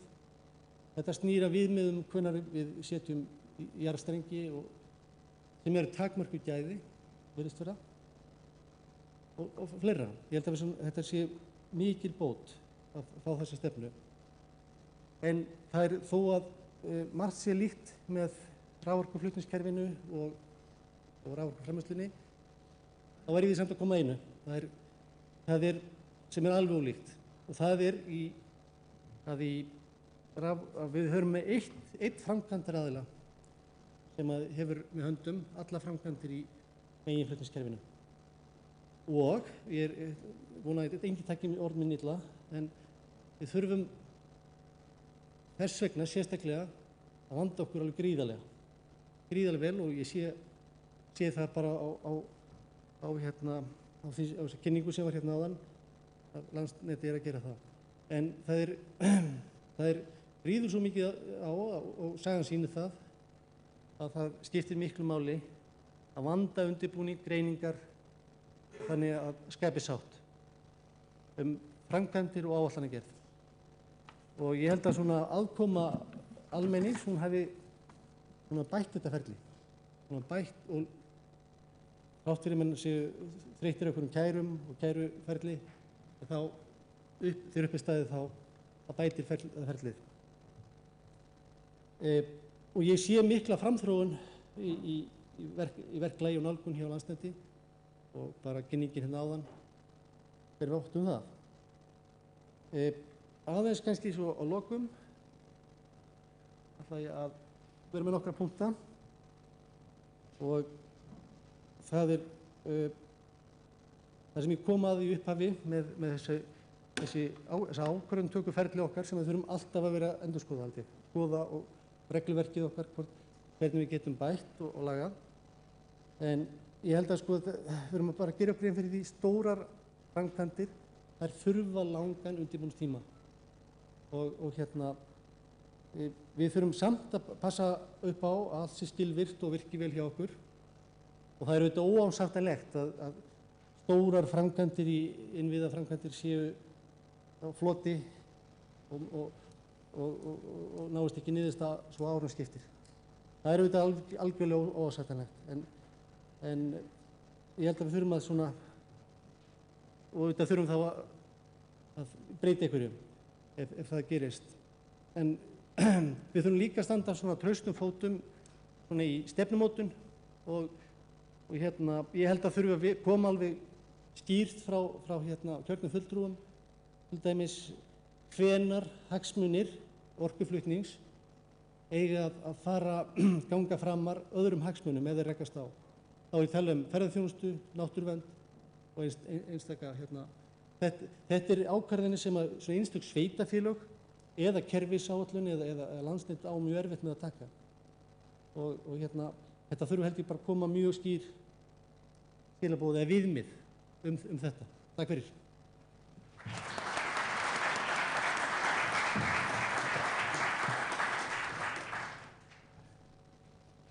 Þökkum Einari fyrir og til fyrirmyndar að tímaáætlunin stóðst hjá honum. Ég vil beina þið til þeirra sem eftir að koma að gæta tímanum þannig að við höfum sæmilegt svigrúm fyrir umræðurnar í lok dagskrár. En þá vil ég bjóða hingað upp næstan Guðmund Baldvin Guðmundsson, formann bæjarráðs Akureyrarbæjar og yfirskrift hans erindis er staða mála varðandi orkuframboð og orkuöryggi frá sjónarhóli sveitarfélaga. Gjörðu svo vel.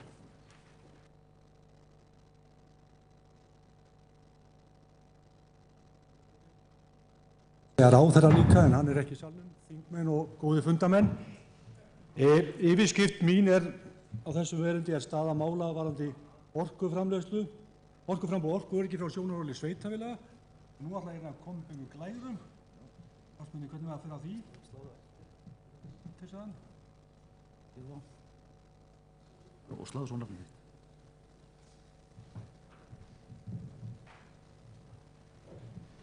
Já, ég veit nú ekki hvaðan nafnið á þessu ágæta erindi mínu kom.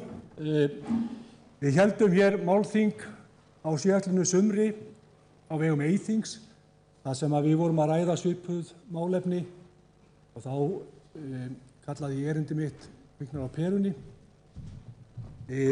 Þá var ég svona að kalla eftir því að menn færu að gera hluti og menn færu að vanda sig betur og það er kannski það sem við erum að sjá í dag.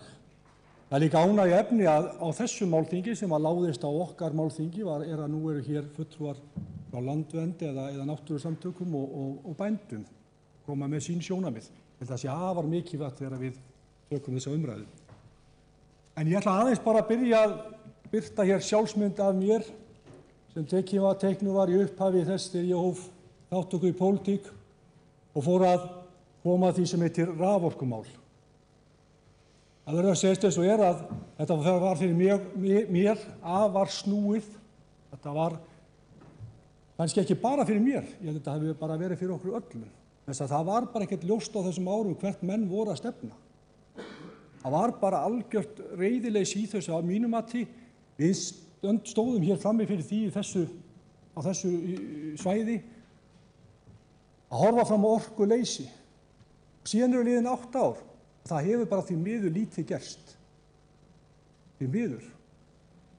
Ég í upphafi lærði líka ýmis hugtök sem ég skildi nú alla lítið í til að byrja með, en á þessum 8 árum þá hefur maður svona aðeins sjóast í þessu, en launafl og raunafl og AC/DC sem ég held að væri rokkhljómsveit en reyndist vera strengir og ýmislegt sem maður lærði svona á fyrstu árunum, en það hefur mikið verið fundað.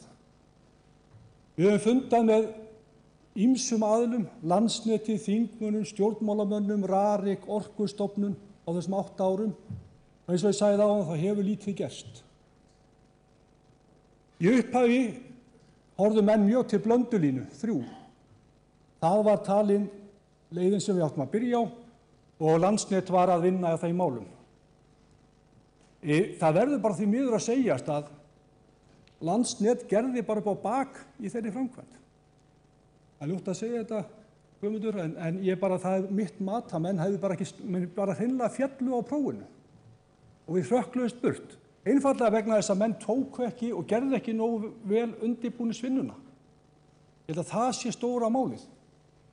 Á þessum tíma vorum við líka alltaf að þrátta jarðstrengi og línur. Menn voru að reikna út hvað jarðstrengi væru miklu dýrari heldur en línur og veltaði fyrir sig hvað það kostaði á þessari 130, ég man ekki hvað það margir kílómetra frá Blöndu til Akureyrar.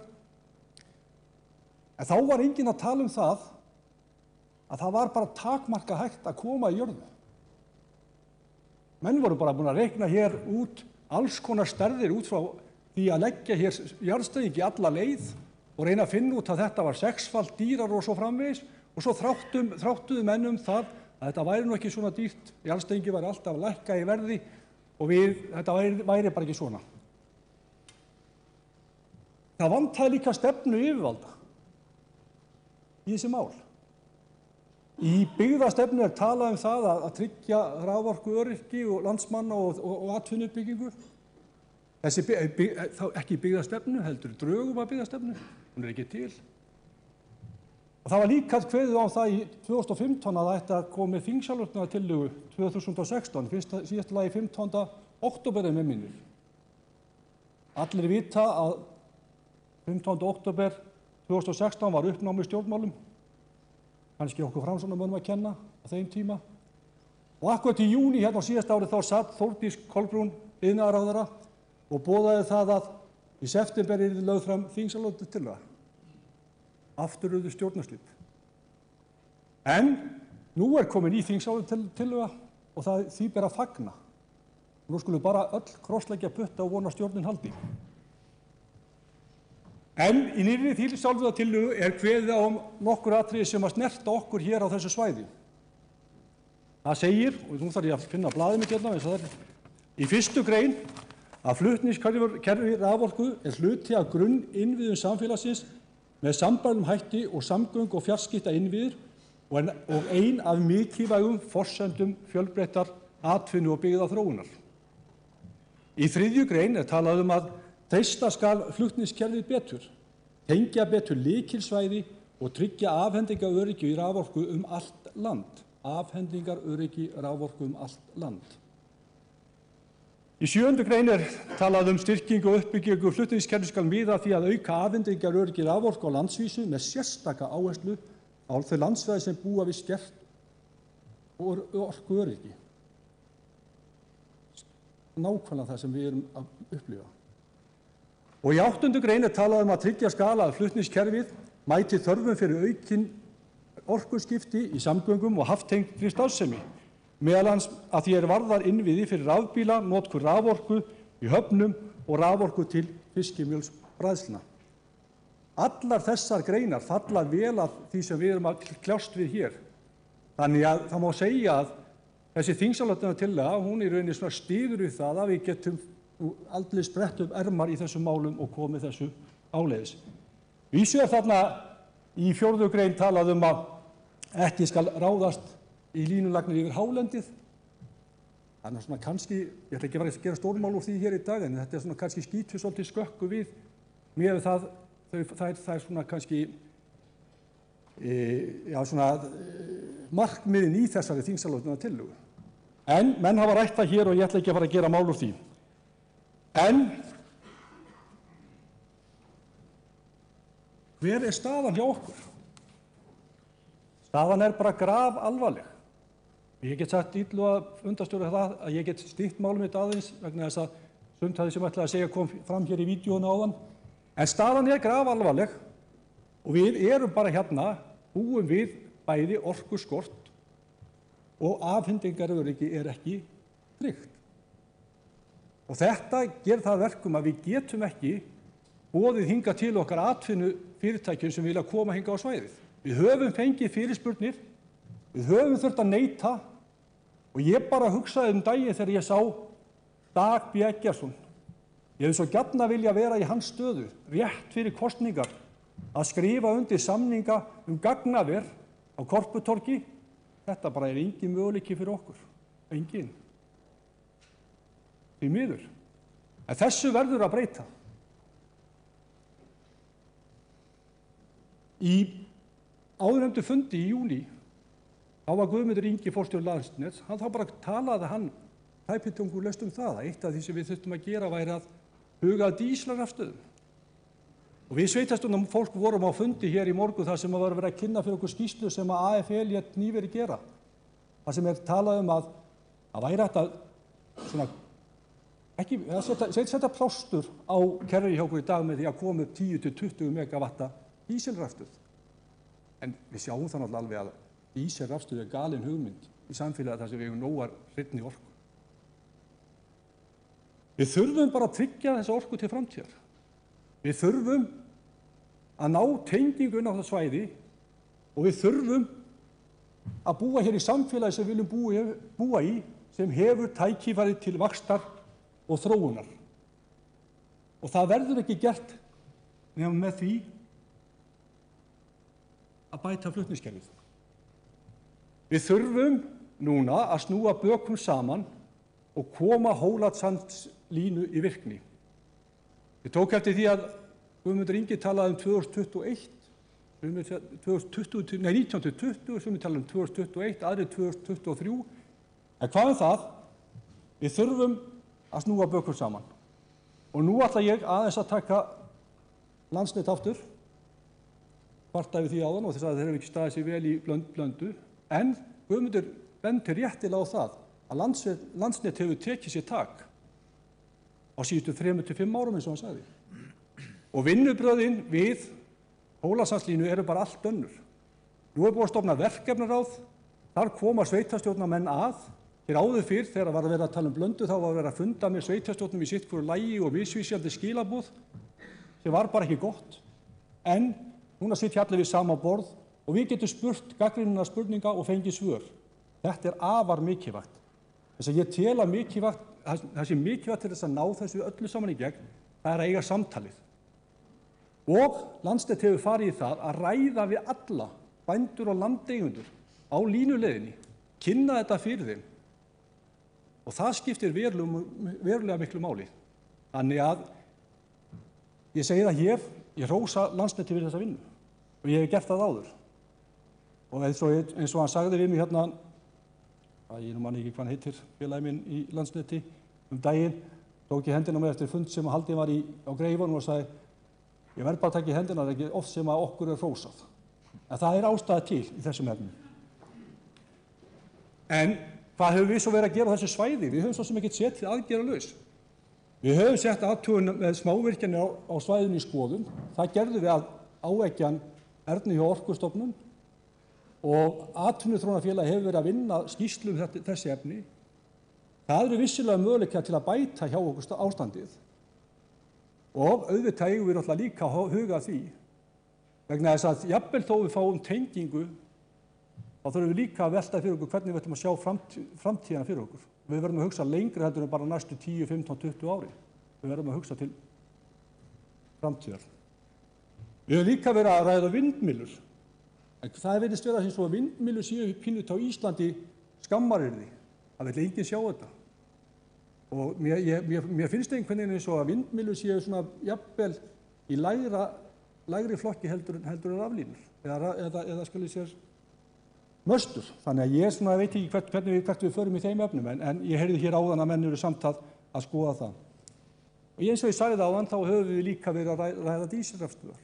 Það er náttúrulega skammarlegt að hugsa til þess að til að mynda Norðurorka, okkar ágæta orkufyrirtæki, þarf að notast við dísilrafstöðvar til að tryggja rekstur sinn. Ennþá erum við að tala um við og fullt af orku í þessu landi. Ég held að okkar keppikefli hér á þessu svæði hljóta að vera það að berjast fyrir því að við fáum nú Hólasandslínunni í gegn. Vonandi gengur það fyrr heldur en ég ætla, en ég hugsa að þetta verði einhvers staðar á bilinu 2021 til 2023 ef allt gengur eftir. Það myndi breyta miklu fyrir okkur. En við þurfum á samaskapi strax að hefja vinnu eins og Guðmundur Ingi boðaði, strax að hefja vinnu við Blöndulínuna. Og þar þarf að koma verkefnir á og við þurfum að takast á við þetta verkefni saman. Og ég treysti því að Landsnet vinni þetta með svipuðum hætti. Og þegar okkur hefur tekist að koma bæði Hólasandslínu og Blöndulínu í gagnið, þá erum við hér komið með allt annað samfélag heldur en við búum í dag. Samfélag sem gefur okkur tækifæri til að byggja upp atvinnustarfsemi, samfélag sem verður blómlegt, samfélag sem við öll búa í. Takk.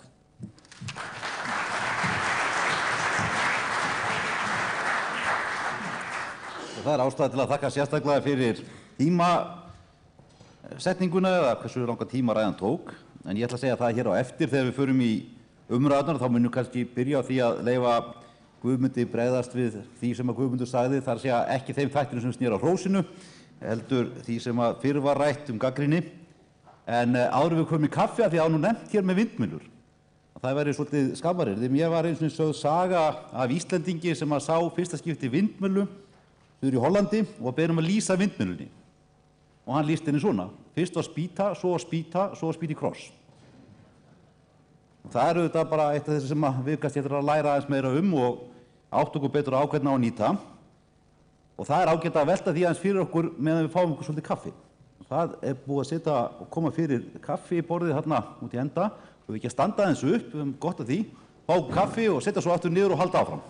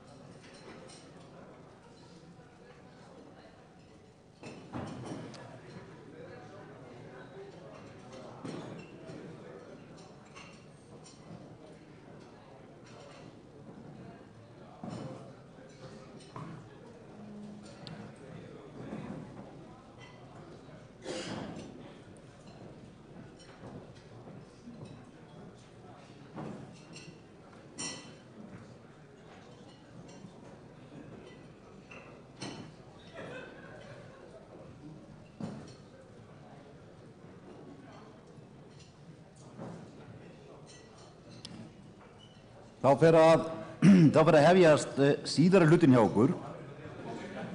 Það eru 3 erindi til viðbótar sem við ætlum að hlýða á og síðan þar á eftir náum við umræðum og það er sett á hér dagskrárlok 16:25. Ég vænti þess að það væri skilningur á því ef að tilefni gefur til að það lengist eitthvað aðeins í annan endan, fer þú eftir umræðunum. Kann nú að vera líka að þessi erindi margt tæmi ýmsar spurningar sem að kunna vakna. En næst vil ég bjóða hingað upp Örvar Guðna Arnarsson, fjármálastjóra Ísfélags Vestmannaeyja, en hann ætlar að ræða staða mála varðandi orkuframboð og orkuöryggi frá sjónarhorni atvinnulífsins. Gjörðu svo vel.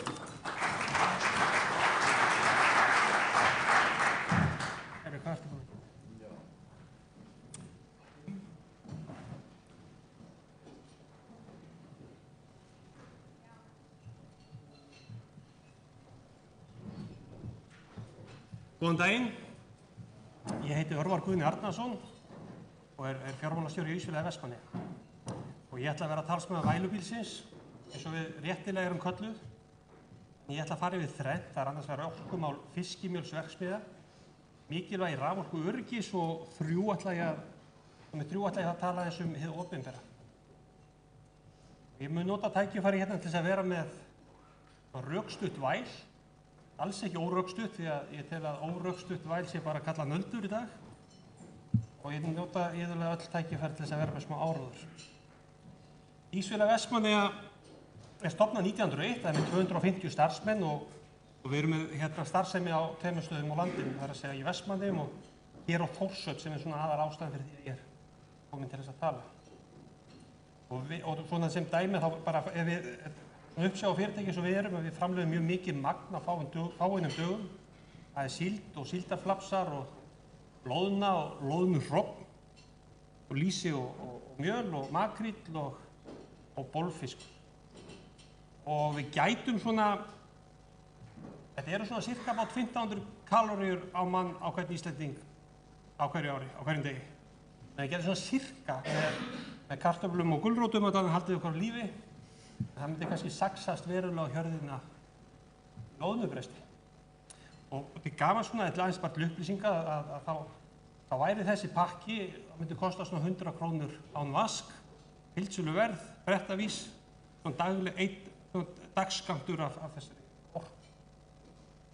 Tækifæri, bara benda á það. En kafli 1, ég ætla að tala eins fiskimjölsverksmiðjur. Hér má sjá dæmi fiskimjölsverksmiðju Ísfélagsins í Vestmannaeyjum.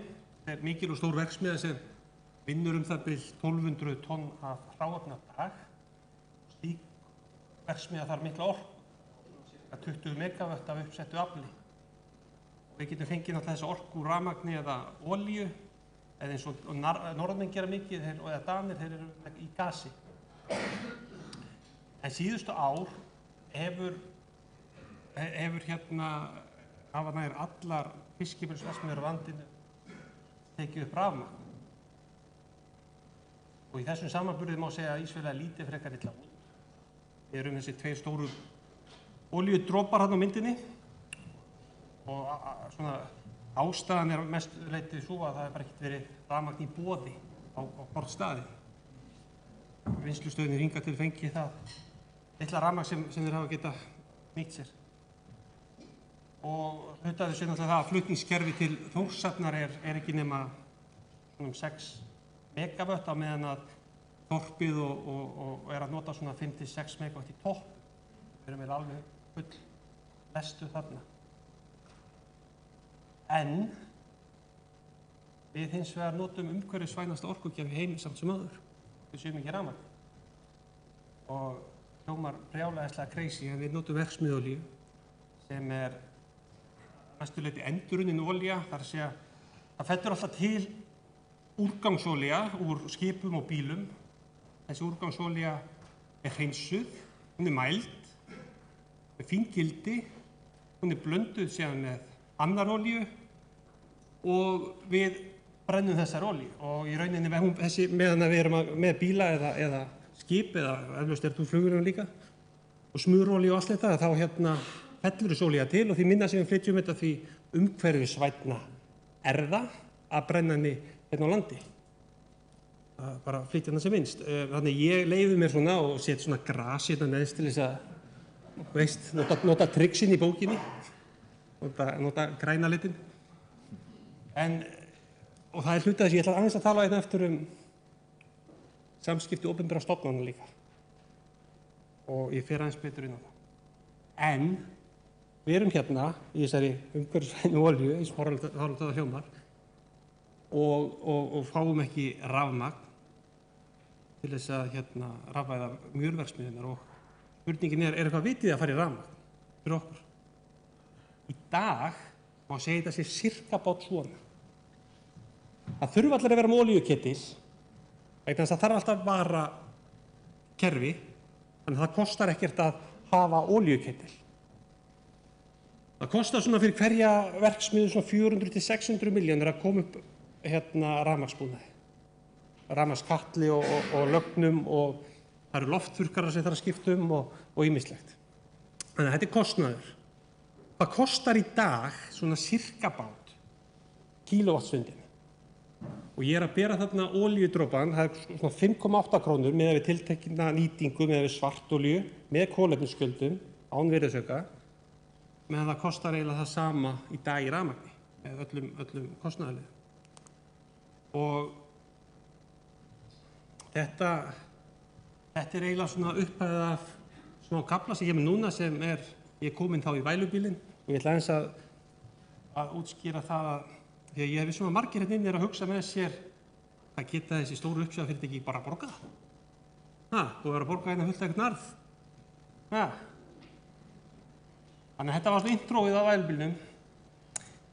Þegar uppsjávarfyrirtæki eru nefnd á nafn þá er auðvitað þetta sem held ég svona kemur í hugan hjá flestum þar sem Jóakim Aðalundur og kafi í gulli og einhverju soltni frændur að fylgjast með þarna fjarlægð. Og síðan mætir þetta fólk og mótmælir hástöðum á öllum mögulegum tilleitum. En þetta fólk hefur ekkert reiknað og það hefur ekkert hugsað afkomu sjávarútvegs. Hvernig hefur þá gengið og hvernig er staðan í dag?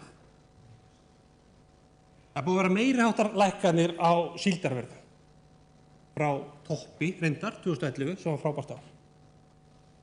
Makrílverðin 20% niður, ekki eins mikið og loðnan svona sirka í lagi og mjölið og lýsi, ekkert upp þar. Síðan erum við að sjá rússabannið þar sem að við þurftum að finna nýja markaði fyrir það bil 70% af frystum afurðum og nýja markaði sem borguðu minna. Það var náttúrulega að Rússland bannaði Úkraína var í stríð og Nígería setti á innflutningshöft. Egyptaland kom þarna inn örstutt og fór út aftur. Þetta er búið að ganga mikið á. Á sama tíma er náttúrulega eiginlega búin að eyðileggja alla markað með frystan hæng sem er þá karlkyns loðnan. Og þetta er svona eins og vísitala, það var 100 árið 2014, þar sem 60% fór til Rússlands. Í dag erum við með þá 27% af magninu í fyrra. En þessi markaður er vonandi hann þarna þegar ef við fáum að selja þetta aftur. En þetta er staðan í dag. Og þá hugsa örugglega flestir inni, hvað fenguðu ekki makríl þarna helvítið ykkar? Mig grunar að sé eitthvað þannig í haustum að einhverju. Og ef við skoðum þess að bara magna makríl og síld saman, þá er engin breyting. Síldarmagn hvarf á sama tíma makríl kom. Og við erum með loðnu sem haga sig með þessum hætti og akkurat núna er loðnu hrognatíminn og flestir í brúnum nærbuxum. Því að þetta er 3 vikna tími sem er gríðarlega mikilvægur fyrir uppsjávarfyrirtæki. Við erum búin að sjá ótrúlegar hækkanir í launum. Laun hafa hækkað um 55% frá 2011 í krónum og 75% í dollar. Og á sama tíma og menn voru búin að rafvæða sér út allt, að þá hækkaði raforkuverð í krónum talið 150%. Og allir í geiranum núna, þeir segja, hver andskotin voru að hafa okkur einhverju fíflum þetta. Því að það er orðið miklu hagkvæmara á tíma þegar að olían sérstaklega lækkaði að vera bara á olíu. Við erum með kolefnisgjöld sem eru hækkun 50% á áramótin og svona til þess að sparka almennilega í okkur að þá er einu atvinnutæki sem bera stimpilgjöld að sjálfsögðu skip. Þannig ég líti á þetta svona í staðan einhvern veginn. Þannig já, svona einhvern veginn. Já. Svolítið dramatískt, ég veit það, mér finnst það bara skemmtilegt. Hérna, í hnotskurn er þetta arðsemi tiltækis uppsjávarfyrirtækis sem eru auðvitað Ísfélagi, liggur beinast við. Og þetta var, hún sýnir einn ávöxtun eigna og það er ágætt að bera það saman. Rauðu línurnar neðri segir, það segir alla fjármálastofnanir segja þetta er ykkar ávöxtunarkrafa á stórt fyrirtæki. Í þessu dæmi er þetta HB Grandi. Þessi efri lína ætti að vera svona ávöxtunarkrafa eigna hjá minni fyrirtæki. Og við erum á þessum stað þar sem við áttum gott partí 2010-13 já. En gestgjafinn er blessunarlega ekki dauðurinn á klósetti því að það er búið að græja sig upp, við erum tilbúnir næstu niðursveiflu, en partíð er búið.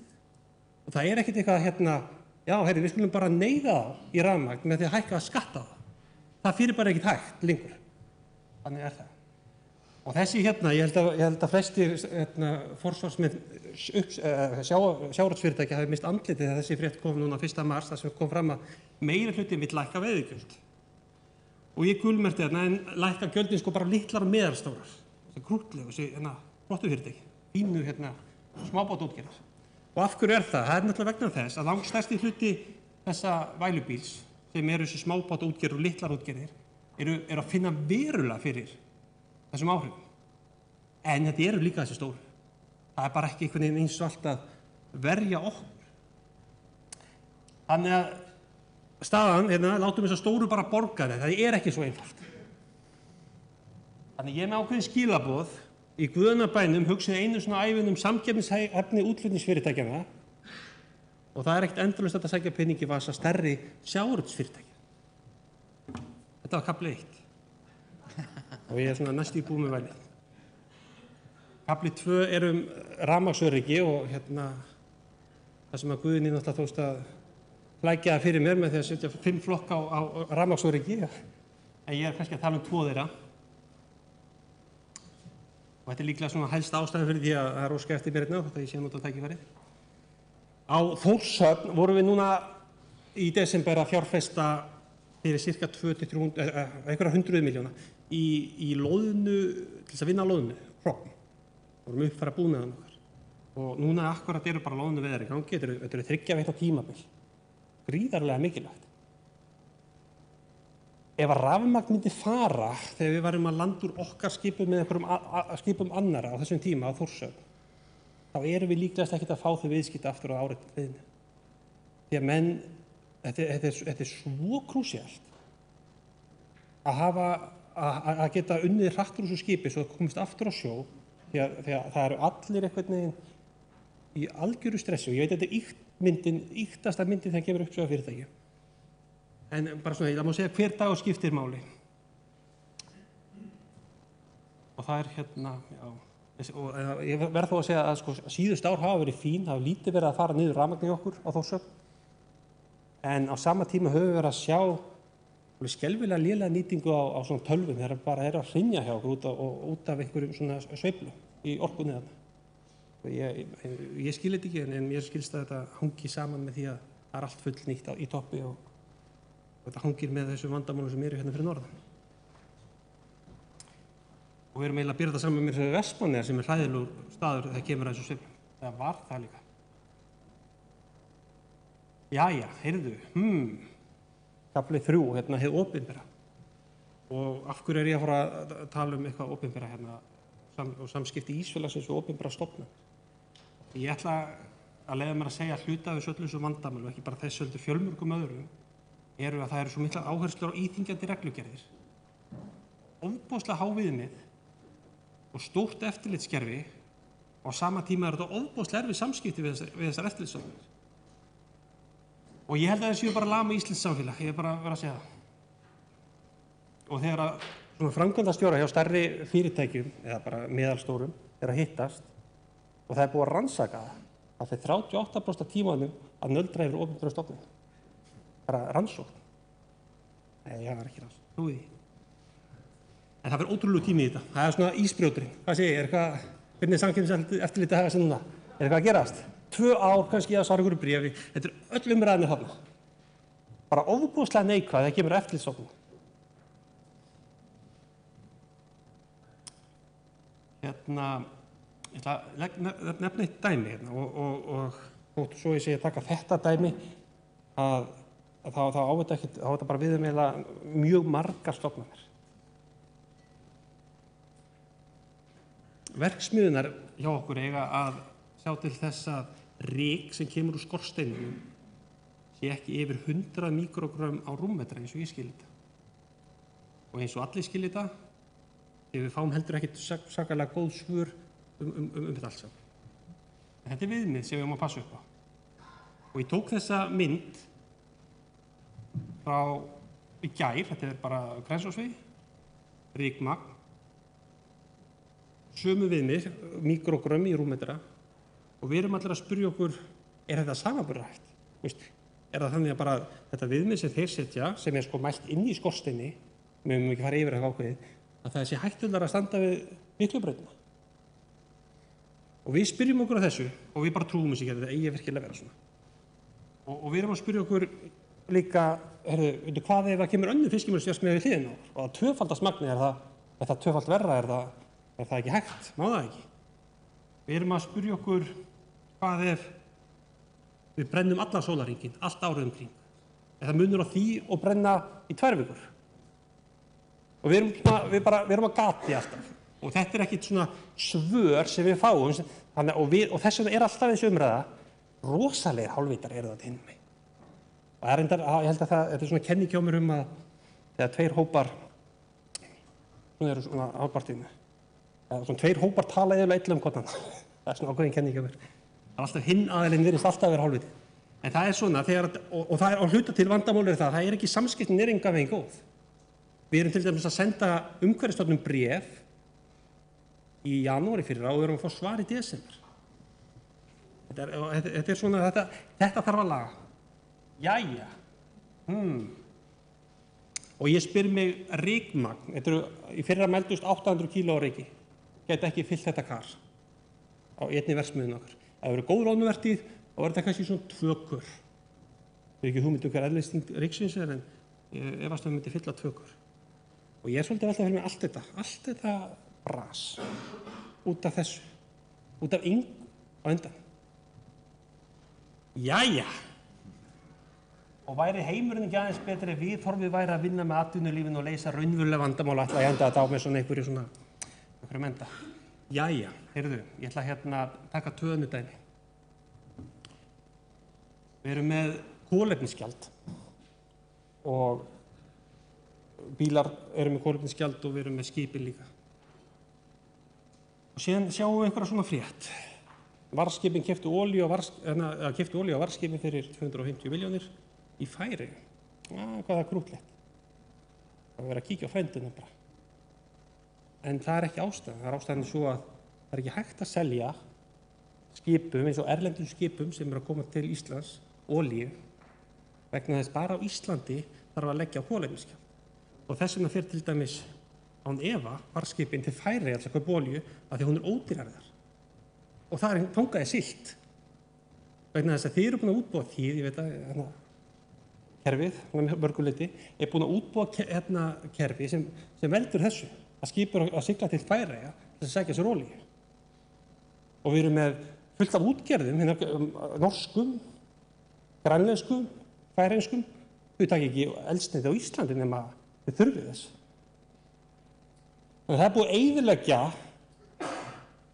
olíuiðnaðinn í landinu með þessu.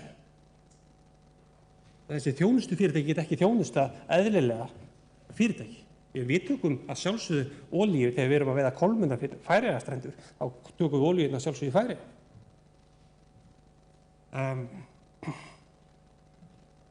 Og sama tíma er ekkert hugsað samkeppnisefni þjóðarinnar. Við sjáum þetta líka bara, ég nefni það oft, við erum með bankaskatt í landinu á 0,7%. Og hvað veldur því? Allir eru nú að taka til lán hjá Byggðastofnun líka við, að þeir eru ekki með þetta gjald. Við erum með lífeyrisfélögin sem eru að lána í húsnæði af því að bankarnir eru ekki samkeppnishæfir og við erum að taka lán í útlöndum af því að íslenski bankar eru ekki samkeppnishæfir. Og ég ætla að enda þetta á svona einhverju svona skemmtilegu og smá getrum. Hvaða land austan Járntjaldsins er verið að spyrja um? Þetta er flugstöðin þar. Ekki segja, eða þið vitið. Og ég er búinn að fjarlægja skiltið þarna. Þetta er örugglega einhvern tímann eftir fall, löngu eftir fall Berlínarmúrsins og svona mikil niðurníðsla í gangi þarna. Þetta ég vitið náttúrulega svarið. Þetta er í Reykjavík. Og hættan, og af hverju er þetta svona? Ég meina, við fengum þarna, við erum aðra flugstöð hjá Ernir og þeir gáfu okkur nýlega 8 auka fermetra. Það var bara stórkostlega. Það var þetta að fá sér sæti. Og af hverju er þetta svona? Bara því að það er svo mikil óvissa með flugvöll. Og þetta er það sem við erum að gera á Íslandi í dag. Það er alltaf þessa óvissu. Kemur að sjávarútvegi, bönkunum, olíufyrirtækin og ýmislegt. Þannig hættan er að sjávarútvegurinn endi eins og flugstöðin í Reykjavík. Takk fyrir þetta.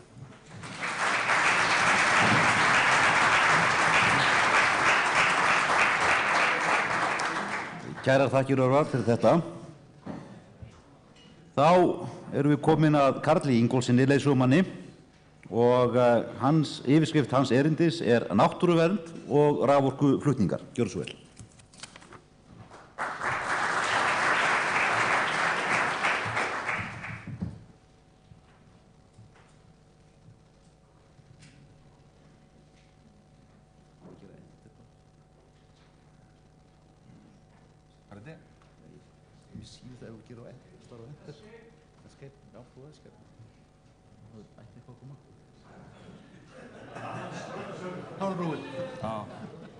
Þarna sluppum við vel.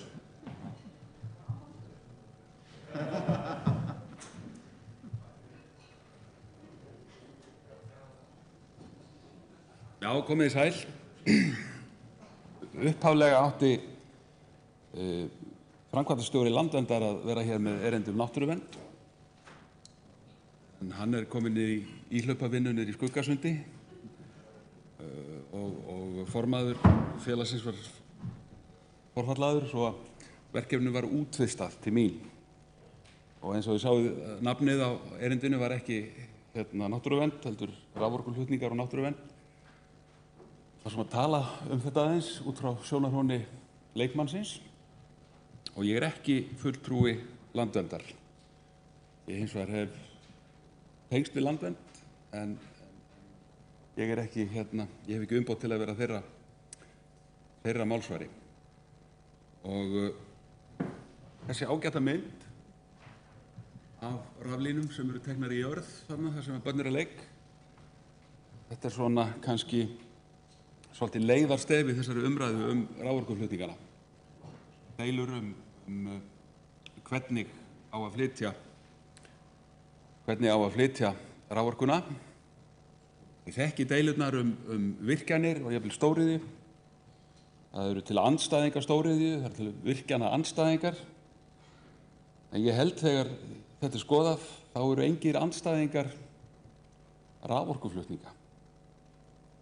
Ég held að sé enginn hafi nokkurn tímann verið að berjast á móti bættum raftengingum hingað til Akureyrar. Ég hef allavega aldrei hitt svoleiðis fólk. Deilan stendur það hvernig þetta er gert. Og til þess að fá einhvern botn í umræður rafkerfið, og Guðni var nú búinn að sýna hérna ágætis línuritt áðan, þá finnst mér þessi uppsetning alltaf segja mest íslenska rafkerfið. Að stóri hringurinn fyrir austan, þetta er álverið á Reyðarfirði, og svo er annar stór hringur á suðvesturhorninu og þetta er verksmiðjurnar á Grundartanga, þetta er Straumsvík og þetta er höfuðborgarsvæðið. Þarna er eiginlega öll raforkunotkun á Íslandi og margir hafa náttúrulega gaman af þessum rauða hring sem er hér í Eyjafirðinum og líta á þetta sem raforkunotkun í höfuðstað Norðurlands, höfuðborg landsbyggðarinnar. En þetta er ekki raforkunotkun á Akureyri, þetta er raforkunotkun í Krossanesi. Það hafa nú verið að tala loðnubræðslur og ég held að sé nú búið að bræða það nú verið byrjað að bræða fisk í Krossanesi á 19. öld, en Beckrúmal nota margfalt meiri raforku heldur en allir aðrir raforkunotendur í Eyjafirði samanlagt. Og rauði punkturinn á Sprengisandi, það er ekki notuð svona mikið raforku á Sprengisandi, það er ekki þess vegna sem er að ræða Sprengisandslínu. Þetta er öll raforkunotkun, þetta er öll almenn raforkunotkun á Íslandi utan við stóriðjuna og höfuðborgina. Þetta er sem sé, þetta eru Suðurnesin, þetta er reyndar án áður en að gagnaverin komið þar, þetta er aðeins eldri gögn. Þetta er allt Suðurlandsundirlendið, það sé ekki álíka margir íbúar á Suðurnesjum og Suðurlandsundirlendinu eins og er á allri landsbyggðinni þessu utan, sem þjónusta er þá að byggðalínu sem liggur frá Grundartanga og norður og yfir svo yfir í Sigöldu. Það er þarna tæpan hring landið. Það er verið að ræða raforkuskort og hann er raunverulegur og er alveg sérstaklega raunverulegur hér á Akureyri. En við erum raun og veru að tala skort í einhverjum pínu litlum afkima raforkugeirans, sem er eiginlega þessi tittlingaskítur af raforku sem notaður er af almennum raforkunotendum utan höfuðborgarsvæðis. Þetta er náttúrulega svolítið dapurlegt í landi þar sem er framleidd meiri raforka per íbúa heldur en nokkurs staðar annars staðar, að það sé verið að tala skort hjá almennum notendum. Þetta er eins og að tala kaffiskort í Brasilíu. Menn hafi ekki uppáhellingin, sko, eða bensínskort í Noregi. Það er eitthvað af kerfinu það er eitthvað að í kerfinu, það er eitthvað að í stjórnsýslunni, það er eitthvað að í orkugeiranum þegar ástandið er svona. Þetta er kerfið, það sem lítur út fyrir að vera gult hérna, gula punktalínur og stjörnur, hérna á suðvesturhorninu og fyrir austan, reyndar svolítið gult hérna Þingeyjarsýslunni, sem er nú kannski hálfu innistæðulaust en það. Þetta er meginflutningskerfið, þetta er 220 kV kerfið sem tengir saman stórnotendur og stórvirkjanir. Þið sjáu þetta helst í hendur við stóru rauðu hringina á kortinu hérna á undan. Þarna eru svona 90% af raforkukerfinu í þessu sem markast af þessum stóru notendum, stóru framleiðendum og stóru flutningslínum þar á milli. Það er eiginlega tvö stór aðskilin raforkukerfi í landinu og svo er eitthvað lítilræði sem hangir þarna á milli tengt með byggðalínunni. Síðan er búið að setja þarna inn 220 kV línuna 9 frá Kröflu og norður á Bakka. Og að því að var nú tala um nota tækifæra því að það var að tala um mjölvinnslu mjölbræðslu á Kópaskeri, nei Þórshöfnsheiði, þá sjáum við þarna að flutningskerfið það næri ekki nema á Kópasker. Það er ekkert raforkuflutningskerfi til Þórshafnar, ég heldur til Siglufjarðar. Það er bara dreifikerfi Rarik. Og þetta er náttúrulega spurning á það að vera höfuðverkur dreififyrirtækisins að koma raforku á þessa staði eða er ekki eðlilegt að flutningskerfi sjáum það. Við sjáum að það liggur flutningskerfi til Vopnafjarðar. Og ég held að hafa aldrei verið í mörkun einn stefnu um þetta. Þetta bara er svona, þetta er svona draugur frá gamalli tíð. Og umræðan hérna í Eyjafirðinum gengur raun og veru út á það að stækka þetta meginflutningskerfi vestur frá Fljótsdal og vestur í Blöndu. Það er svona fyrsti áfangi. Og raun og veru er það nokkuð óumdeildur. Það þarf að gera þetta. Það er enginn að berjast á móti þessu. Það þarf að gera þetta og það er klúður að skuli ekki vera búið að gera þetta. En ástæðan fyrir því að þetta hefur ekki gerst er líklega þessi sem að kemur fram á vef Ríkisendurskoðunar, að hér hefur aldrei verið einhver heildarstefna í orkumálum. Það verið að vinna í því núna sem betur fer. Ríkisendurskoðunar gerði stjórnsýslu úttekt á Landsneti fyrir nokkrum árum og er búin að vera að hamra á þessu síðan. Og Ég held að þetta stefnuleysi og eiginlega hálfgert stjórnleysi í þessum geira valdi þessu ástandi sem er. Þið kannistu þessa mynd, Guðmundur Ingi, forstjóri Landsnets, sýndi svona einhverja aðra útgáfa af henni, þetta er aðeins eldri útgáfa. Og rósa Guðmund Inga sérstaklega fyrir að tala þessar línur, þessar rauðu, sem uppbyggingu meginflutningskerfisins, en hætta að tala þetta sem styrking byggðalínu. Þetta eru settir upp tveir kostir, annaðhvort að fara hringinn eða að fara beint yfir. Annað er kallað byggðalína en hitt er sennilega þá óbyggðalína. En báðar eiga það sameiginlegt að þær eiga ekkert að tengjast þessum tengivirkjum byggðalínunar sem sjá einstökum byggðalínum fyrir raforku. Sjáu þessi tengivirki, við farum hérna frá Grundartanga, það er tengivirki í Borgarfirðinum sem er Borgarfjörð og Snæfellsnes, það er annað í botni Hrútafjarðar sem tengist Vestfjörðum og Vestursýslunni, svo er þetta norður við Laxárvatn og Blöndu og svo áfram. Ef það væri farin þessi rauðaleið, þessi hringleið, þá er það einfaldlega bara lögð, eða þær hugmyndir sem við séð, þá er það lína sem að lægi bara frá Grundartanga og eitthvað áleiðis upp til Borgarfirði og svo bara upp á Arnarvatnsheiði og beint norður fyrir Langjökul og í Blöndu. Þetta er ekki byggðalína. Sama þennan mögulega óskapnað Austur-Fjallabakk, Síðu, Öræfasveit, Suðursveit og upp Austfirðina, sem er arfavand línuleið. Það er nokkur einasta ástæða til að tengja þetta við þessar litlu spennustöðar þarna, sem er að nota nokkur megavött upp í örfá tugi. Og þið sjáu líka að hann er búið að raða inn Sprengisand, alls konar virkjunum á Sprengisandsleiðina í Skjálfandafljóti, Vonarskarði, Hágöngur, Skrokkveldu. Þess er þetta nú innistæðulausi draugar sem ekki verða. Þessi hérna mynd er sennilega einn besta samantekt á skipulagsleysunni í raforkumálunum sem gerð hefur verið. Til marks stjórnleysið og stefnuleysið, þá er ekki nema örfá ár síðan að stjórnmálamenn og orkugeirinn börðust á hæl og hnakka við að koma á koppinn álverum á Húsavík og Helguvík. Niðurstaðan af þessu brölti er sú, þetta átti að vera álver sambærileg og Austur-Reyðarfirði, að það er HS Orka og Orkuveita Reykjavíkur sem ætlaði að sjá þessu fyrirtækjum fyrir raforku úr Gufuvirkjunum og Reykjanesskaganum. Það var aldrei innistæði fyrir einu einasta megavatti til að knýja þetta 600 megavatta skrímsli. Heldur betra hér í Þingeyjarsýslunni, það er þó komin 100 megavatt á Þeistareykjum. Og það er nú ekki nema bara 2-3 ár síðan að Landsnet, tæknimaður hjá Landsneti, rökstyddi línulagnir hér fyrir norðan með því að vitna í rammaáætlun að meðal annars þyrfti að gera ráð fyrir flutningsgetu vegna 90 megavatta virkjunar á svokölluðu vestursvæði Þeistareykja. Á þeim tíma voru 2-3 ár síðan að Landsvirkjun boraði í þetta svæði og það var ískalt. Það var enga guð að hafa. Þannig að hvað stendur á bakvið þessa áætlanagerð og annað slíkt, það er eins og þarna kemur. Það er engin batteri á bakvið það.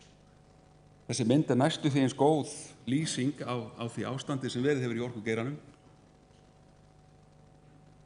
Næstu því eins lærdómsríkt eins og að lesa Nýju fötin keisarans eftir H.C. Andersen. Hver aðilinn í orkugeiranum á eftir öðrum, átupp eftir öðrum, ágætti þess að byggja álver þar sem aldrei var búið að sýna fram á raforku til að knýja þau. Og ég held að þetta delirium, Landsnet var búið að hanna þarna heljarna mikla tvöfaldar flutningslínur, báða þessa staði, þetta var algjörlega innistæðulaust, meðan menn óðu í þessari villu, þá voru menn náttúrulega ekki að vinna að raunhæfu verkefnum. Menn voru ekki að vinna vinnuna sína á sómasamlegan hátt, sem var að flytja raforku landið. Og meira í þessum dúr. Þetta eru gögn frá Karli Sigurjónsinni sem hefur verið að safna saman gögnum söluverð á raforku. Þarna má sjá 10 ára tímabil hvernig söluverð raforku til álveranna 3 sem nota 75% raforkunnar hefur þróast. Þetta, þið sjáðu þetta er svona frá því að lægst þarna kannski $17 á megavattímann og upp í rúma 30. Þessi verð innifela flutningskostnað sem er það bil $5 á megavattímann. Nú stendur til umtalsverð fjárfesting í flutningskerfinu sem að öllu líkindum hækkar þessi flutningsgjöld. Skiptir þessi fyrirtæki engu máli, þau eru stikkfrí. Þeirra samningar eru allt öðruvísi heldur en allra annara, að samningarnir innifela orkuverði sem þeir borga innifelu flutningsgjöld. Þannig að hækkanir á flutningsgjöldum lenda ekki á þessum aðilum sem raunverulega ýta eftir þessum stóru línum, heldur lendir þetta á fyrirtækjunum sem að selja þeim raforkuna. Þetta lækkar bara þeirra skilaverð. Það er sérkennilegt því að annars gildir raforkutilskipun Evrópusambandsins að þessi orkugeirinn sé þrískiptur. Dreifingin og flutningin eru einkaleyfisverkefni en framleiðslan er samkeppnisdæmi. Sjáðu þessar tölur, þetta er svona kannski frá 17 yfir að fara vel yfir 30 en þau þurfa að draga $5 frá. Þetta eru síðan gögn frá rammaáætlun og sýna áætlað kostnaðarverð, orkuverð frá virkjunum í nýtingarflokki og biðflokki. Því að það er ekkert gildi fyrir neðan $30. Svo fer þetta upp úr öllu.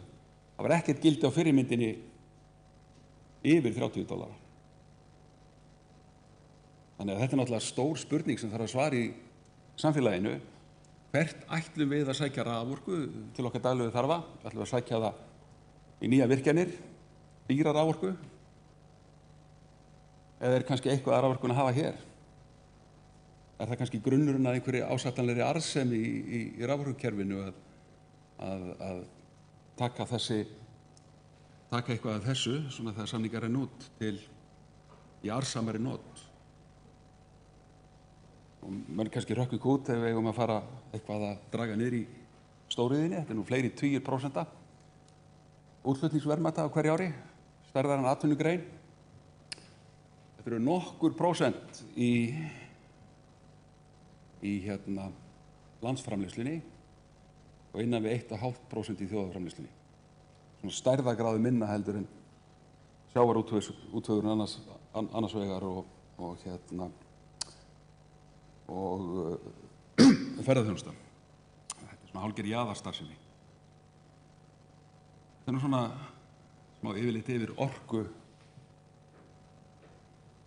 orkugeirann. Þetta er fín mynd frá Landsneti og Guðmundur var að segja að fólk hefði nú bara verið nokkuð sátt við línurnar fínu frá Kröflu og frá Bakka. Þetta sýnir svoleiðis. Ég man ekki betur og ég er þá bara leiðréttur ef þetta er vitleysa. Ég held að það hefði upphaflega verið fengið leyfi til þess að reisa þarna grindarmöstur, stögu grindarmöstur. Skelfileg mannvirki alveg. Leyfið var veitt fyrir þeim en þeir byggðu þessi. Veit ekki hvort það stenst alveg skipulagslög, en það voru allir ánægðir. Það eru miklu þekkilegri möstur. Og ég held við ættum hreinlega bara að þessi bara mjög skynsamlegt að hætta með þessi grindamöstur. Við sjáum þá þróun í nágrannalöndunum. En eitt er svolítið sérstakt þessa mynd sem segir mann hún sé photoshopuð. Það er engin vegur. Ef eitt verkfæri er lýsandi fyrir Landsnet, þá er það jarðýtan. Því að öfugt við raforkuflutningsfyrirtæki í nágrannalöndunum sem að geta reist heilu línurnar að þess að nota jarðýtur, þá er það yfirlega fyrsta verk Landsnet þegar farið er í línuframkvæmdir, það er að ræsa jarðýturnar. Það er lagður vegur, varanlegur vegur og vinnuplön meðfram öllum línum. Það þekkist ekki í Noregi til dæmis. Og þetta eru línurnar úr Fljótsdal niður á Reyðarfjörð. Sjáðu byggðalínuna þarna lengst til hægri, eins og hálfgerð girðing þarna við hliðina á þessu. Og þetta er mynd sem er tekin ofan byggðar í Hafnarfjörður. Þetta er línan sem liggur þar. Það stendur til að bæta annarri línu þarna við. Þið sjáu hvað er mikið rask, yfirborðsrask af vegagerðinni og plönunum. Og það sést líka þarna aðeins hægra megin á myndinni, þar er mastur. Og svo norðan við veginn, þá sjáum við svolítið dökkan flöt þar sem að mosinn hefur eyðst vegna sínkmengunar sem veðrast af möstrum. Og víða í nágrannalöndum er þetta bara gert svona. Það er engin vegagerð, rask á yfirborði. Bara þyrla. Það er með þessar flugmenn hérna, starfandi á Íslandi sem að hafa unnið við þetta erlendis, kunnað þetta. Þetta eru stóra línur, stærri en restar eru hér. Þetta er nýleg mynd frá Danmörku, 400 kV kerfunum. Danir mörkuðu þá stefnu að hætta að nota grindarmöstur og fara í svona þekkilegri röramöstur. Þeir gera ekki vegi, þeir gera ekki vinnuplön, þetta eru bara stálplötur sem eru lagðar undir það sem eru að vinna. Svo er allt fjarlægt þarna og bændur geta notað þennan akur alveg bara heima mastri. Hérna sjáum við nýju kynslóðuna og gömlu kynslóðuna. Þetta er gömul 400 kV lína. Stendur út á akri og þarna er verið að reisa nýja línu við hliðina. Gamla línan hefur svona flutningsgetu eins og geti svona farið nála því að geta afkasta öllu íslenskara, allri meðal notkun á raforku á Íslandi sem er svona 2000 megawatt. Nýja línan getur afkastað íslenska öllu álagi hér á Íslandi svona tvöfalt. Einstök lína, það er ekki svona í veg með fram henni. Það er búið að vera deilum þetta hér. Hérna var teiknari á Akureyri sem að bar saman annars vegar meðaltalsmastur í Blöndulínu 3 og síðan hæstamastur í Blöndulínu 3 við 3 þekkt kennileiti hér á Akureyri, svona til að gefa í skyn hvernig mannvirki þetta eru. Og ég held að meginu bara afskrifa þessi mannvirki og segja að það er þekkilegra að nota þarna röramöstur. Nú deilurnar hafa svolítið snúist jarðstrengi. Fyrst þegar var farið að færa þetta í tal þá sagði Landsnet að þetta væri ekki hægt, væri hvergi gert. Það vígi hélt nú ekki, næsta vígi var óhóflegur kostnaður. Það vígi hélt ekki heldur, en eftir stendur og er alveg rétt að það er takmörk á því hvað hægt er að leggja mikið af þessu. Þetta er 130 kV strenglögn í Nesjavallalínunni á byngatíma og svo strax, eða með, ég held ég árið eftir að maður lagður. Sjáu þarna mótað fyrir skurðinum, þetta er í 400 metra hæð, þess að lengja gróa, því sem er ósýnilegt í dag. Og þarna er svona móbergshryggir, sikkur endan á skurðinum. Það var einfaldlega borað í gegnum það. Það var verkefni sem var alveg til fyrirmyndar. Það hefur verið málaðar ýmsar grílur varðandi gríðalegt umhverfisrask við jarðstrengslagnir. Það er að tala 20 metra sár hér í gegnum útvistarsvæðið, Naustaborgum annað slíkt. Og það er ágætt að hafa þessa mynd til hliðsjónar. Þetta er útherji Stokkhólms, nokkrar gömul mynd, skurður sem er ekkert voðalega breiður. Og í þessum skurði liggja tvennar 220 kV línur. Svolítið rask á meðan á þessu stendur. Akkúrat þarna hafa menn ekki þurft að gera leið meðfram af því að það hefur verið stutt í einhverjar flutningsleiðir eins og veginn sem að sést þarna til hægri. Og svo þegar búið að vera að klára verkið þá lítur þetta svona út. Ef þið rengið þetta þá skulið þið nota tækifærið þegar snjóa leysir og labba einhver staðar upp fyrir bæinn í þorpinu, norðan við Rangavelli eða einhver staðar norðan við bæinn, norður fyrir bæinn, norður fyrir Bíkó og reyna að sjá ummerki eftir 130 kV strengin sem tengir Bekkrómæli í Krossanesi við Rangavelli.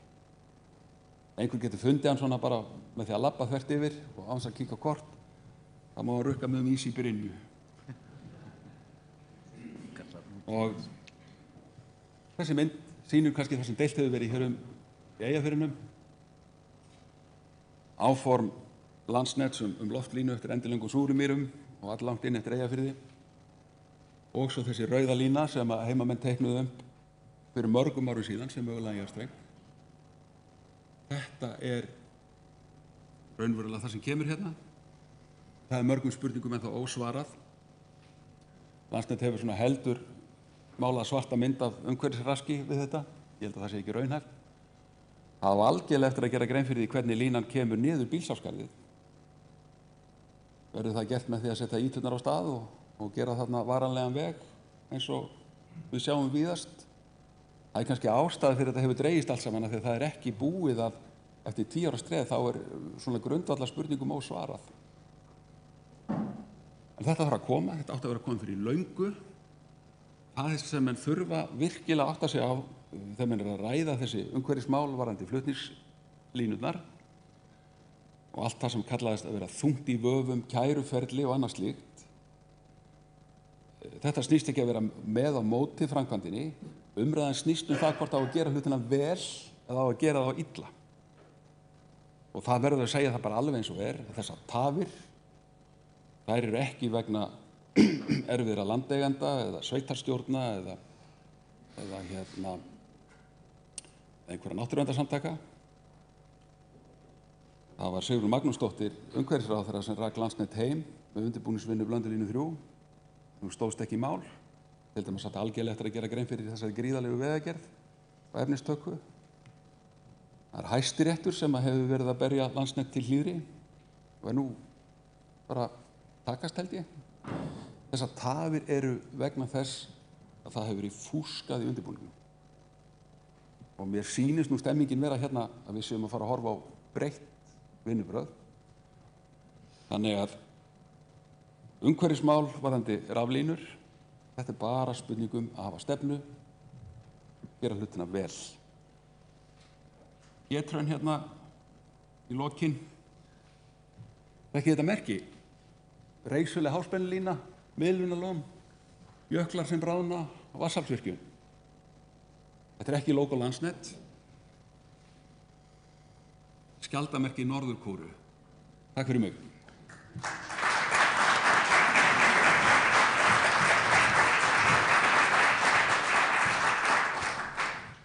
Jæja, ég þakka kærlega Karli fyrir hans framsögu og síðan er þá síðust hér á dagskránni fulltrúi landeigenda Helga Þórðardóttir og yfirskrift hennar erindis er viðhorf til línuleiða. Gjör svo vel.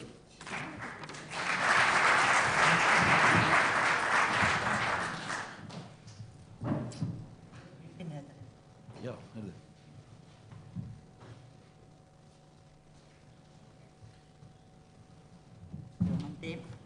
Já, góðan dag gott fólk. Ég vil nú eiginlega byrja á því að þakka fyrir þetta tækifæri á að koma hérna og segja frá okkar sjónarmiðum. Og svo langar mig aðeins að leiðrétta okkar ágæta fundarstjóra. Það er ekki það að ég get ekki verið í pallborðsumræðurnar. Landeigendur eru einfaldlega réttlætismenn og vilja hafa jafnréttið. Ég tók að mér fyrri partinn og Guðmundur tekur að sér seinni partinn. Það er jafnrétti.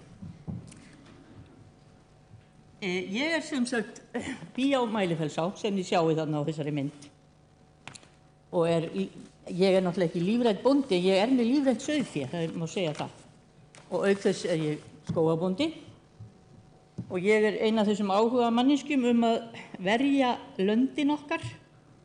Ekki bara mitt heldur nágrannar minna og allra annara á Íslandi. Að þessi ekki vaðið yfir þau með ýmsum ljótum og leiðinlegum línum. Þarna til dæmis sjáið þið rauðu línuna. Þetta er náttúrulega Mælifellshnjúkunni, þið vitið það nú auðvitað öll, ég þarf ekki að segja það. Þetta er fyrirhugað línustæði ef að Efribyggðarleið verður valin og þetta stingur í augu, alvarlega. Sjáðu ekki fyrir ykkur þegar verða komin hann að möstur og jafnvel þó að séu huggulega línur eins og Karl segir, þá er það mjög fráhrindandi tilhugsun því að þetta snýst jú allt ásýnd landsins.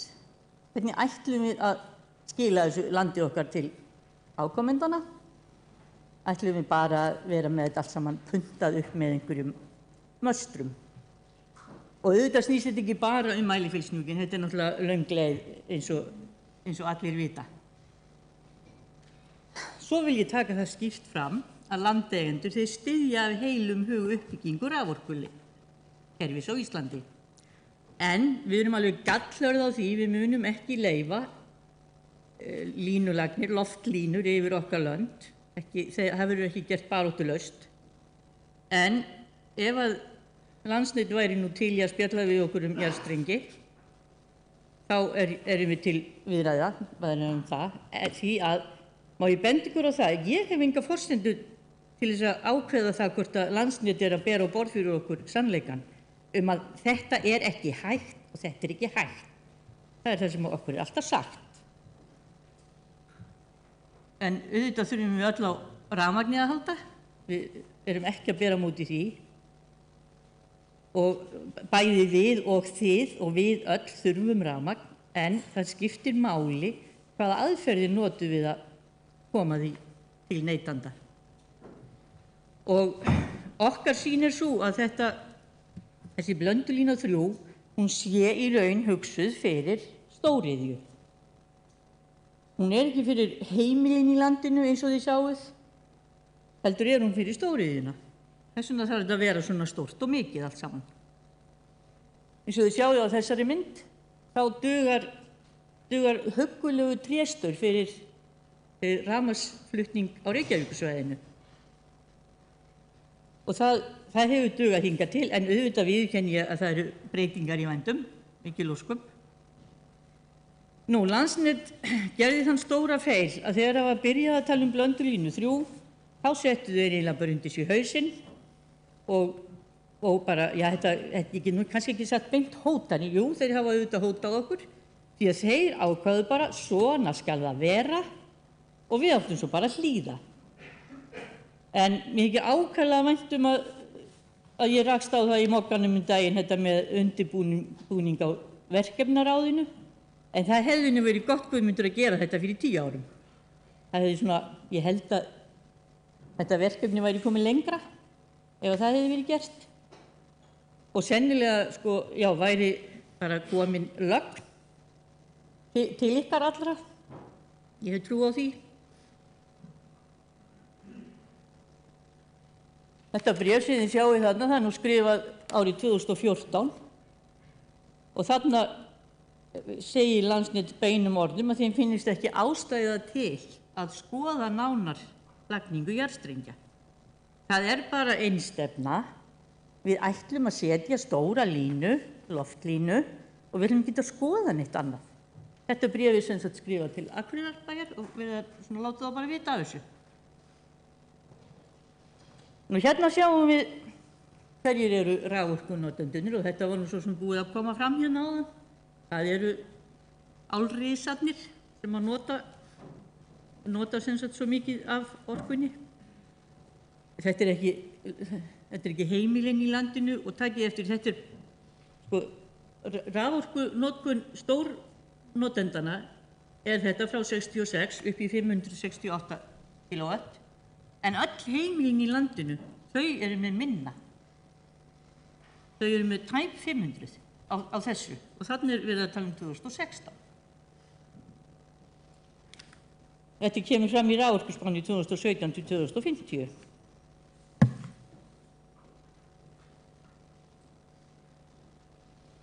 Og þá kemur enn spurningin hvað þarf mikla orku, við erum alltaf að velta þessu fyrir okkur. Venjulegi notendur, þeir dugar þeim tréstaurar eða jarðstrengir til að flytja til þeirra orku.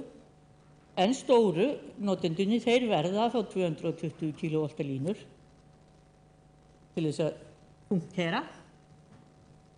En ef við horfum nú aðeins á þessi möstur þarna og staurinn, ég vona að allir séu með sammála það hvort skárra. Og ég nú eiginlega bara fann að spyrja mig líka stundum, ekki bara skárra að vera bara með vindmyllur í staðinn fyrir möstur? Ég held að það færi ekki dill á því.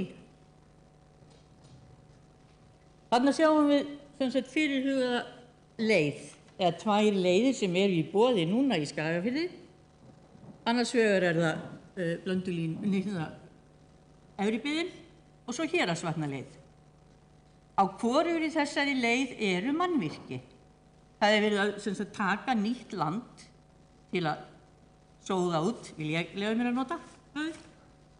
En ég veit ekki betur en að það standi nú í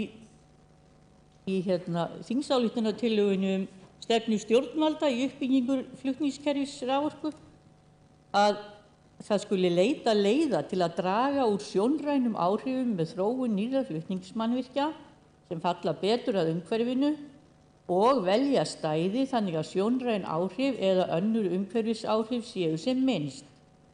Og svo það aðalmálið, leita skal við að raska ekki ósnortnu svæði ef aðrar lausnir koma til greina. Næsta setning jarðstrengi skal svo sem kostur leggja meðfram vegum. Það hljómar vel í mínum huga. Nú, myndin af þessu skilti þarna, þetta skilti sem við landeigendur kostuðum og settum upp við minningarmerkið hann Stefán G.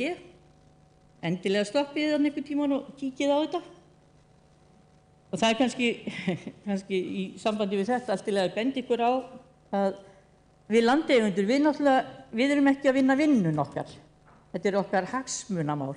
Þetta okkar hjartansmál að verja landi. Við erum ekki á launum. Eins og þessi kollegar mínir hann við borðið, þeir allir á launum. Og heyrða sín laun og allt í lagi, þeir að vinna vinnuna sína. Ég ekki að bera múti því. En við gerum þetta bara af köllun. Snýst það. Þarna sjáum við nú mynd sem svona sína breytingarnar í heiminum. Hvað mikil þróun á sér stað. Og ég verð að játa það að ég svolítið hrædd að þeir sem að fjalla línulagnir á Íslandi, þeir séu fastir í viðjum vanans. Eða kannski mögulegt að einhver eða einhverjir missi spón úr raskinu sínum ef ekki eru lagðar loftlínur. Getur hugsast að erlendir aðilar noti Ísland sem eins konar ruslahaug fyrir efni til loftlínulagna. Ég meina þá eru þeir að selja okkur Íslendingum drasli sem eru hættir að nota. Og hver græðir á því? Ég bara spyr. Því að nágrannar okkar Bretar til dæmis, þeir eru fannir að henda burtu ljótustu og stærstu möstrónum og koma lögnunum í jörð. Og það ekki bara hagsmunir okkar sérvitringana í hópi landeigenda að verjast þessum línum, loftlínum. Þarna tekið saman svona nokkur fyrirtæki, þetta semst ímynd Íslands, hið hreina, fallega Ísland. Og það náttúrulega gagnast bæði ferðaþjónustunni, sjávarútveginum, landbúnaðinum. Því að öll kalla þau á hreint land og fallegt umhverfi. Og þið sáu kannski myndina sem var í sjónvarpinu í gær virkjun Svartár. Ég gladdist mjög þegar ég sá hvað erlendir menn sem þar voru sögðu. Alls ekki að spilla landinu svona, þetta dýrmætasta sem við eigum. Það óspillt land. Og við ættum að hafa það oftar í huga. Og hérna kemur svona smá hugmynd útflutningsverðmæti þessara 3 greina. Þannig að ferðaþjónustu, sjávarútvegs og álútflutnings. Og álútflutningurinn hann náttúrulega skiptir okkur alls ekki svo miklu máli. Rétt eins og Karl sagði, og við bara, ef okkur vantar rafmagn, þá bara slökkvum við á einu álveri. Það ósköp einfalt í mínum huga. Og ég nefnilega með þetta líka, þetta uppáhaldi hjá okkur landeigendum. Ég ætla ekki að spyrja ykkur hvað þetta þið vitið það. En við langar ekki að við stefnum einhvern veginn í þessa átt að okkur fara að langa til að hafa möstur í skjaldarmerkinu, sannarlega ekki. En þá skulum við rifja upp aðalatriðin. Landeigendur í Skagafirði styðja af heilum hug uppbyggingu raforkukerfis á Íslandi sem þjónar hagsmunum sjálfbærrar atvinnusköpunar. Landsnet sagði ekki sannleikann í kynningu á Blöndulínu 3 og glataði trausti landeigenda. Má ég stinga því bara að ykkur svona í framhjólaupi að menn frá Landsneti þeir fóru bara heim á bæina hjá nágrönnum mínum og sögðu, það allir hinir búnir að samþykkja þetta, þú skal bara skrifa undir. Þetta var nú ein aðferðin sem átti að nota til þess að láta okkur hlýða. Samráð á hálfu Landsnets hefur verið í skötulíki Hótanir eignarnám hafa legið og framalega á tungu forsvarsmanna þar. Tíma þeirra væri ef til vill betur varið í að fylgjast með tækniframförum en funda með lögfræðingum. Í nágrannalöndum okkar eru allt annars konar vinnubrögð viðhöfð. Lagning Blöndulínu 3 er óþörf og þjónar ekki almannahagsmunum. Landeigendur munu ekki leyfa lagningu loftlínu lönd sín.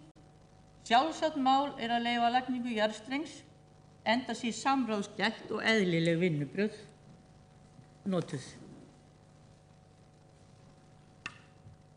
Svo langar við aðeins til þess að benda á að í þessu margumrædda frumvarpi, þingsályktunartillögunni, þar segir ríkisstjórnin: nýta skal núverandi línustæði við lausnir á aukinni flutningsþörf ef aðstæður leyfa, með endurbyggingu og eða spennuhækkun, fjölgun eða stækkun leiðara á línum eða öðrum þekktum aðferðum.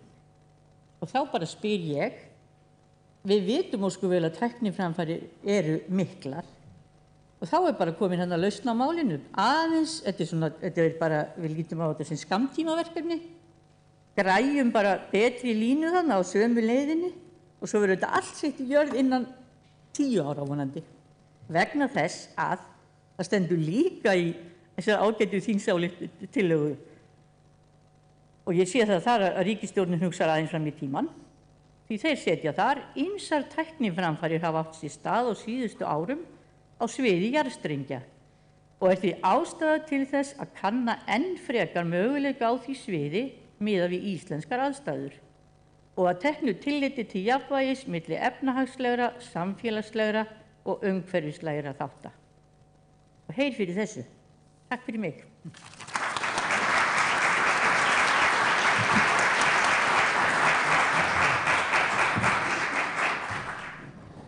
Takk kærlega fyrir þetta, Helga. Nú, ég er að segja eins og að mér finnst það ganga kraftaverki næst að það skuli ekki skeika nema rétt rúmum 25 mínútum frá boðaðri dagskrá miðað við fjölda erinda hér og líka þessu umfangsmikil og flókið þau mál eru sem að hér eru til umræðu. En þá kemur að hér að næsta þætti. Ég skil það svo að ráðherrann okkar þurfa að fara af stað og þakka honum kærlega fyrir þátttökuna í dag. Þá er komið að næsta þætti sem eru umræður og ég ætla að biðja frummælendur að þá sem ætla að vera með í pallborðinu ásamt þá Guðmundi Lárusinni sem kemur í staðinn fyrir hana Helgu að koma hér upp og taka sæti. Gjörðu svo vel.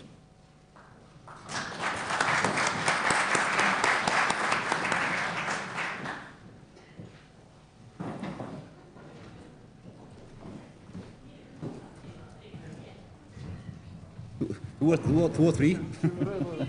Já. Herðu, setjast bara hérna.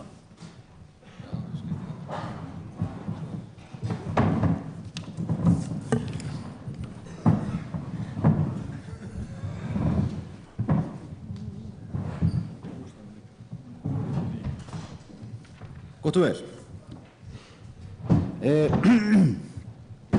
Já, sest þú hér.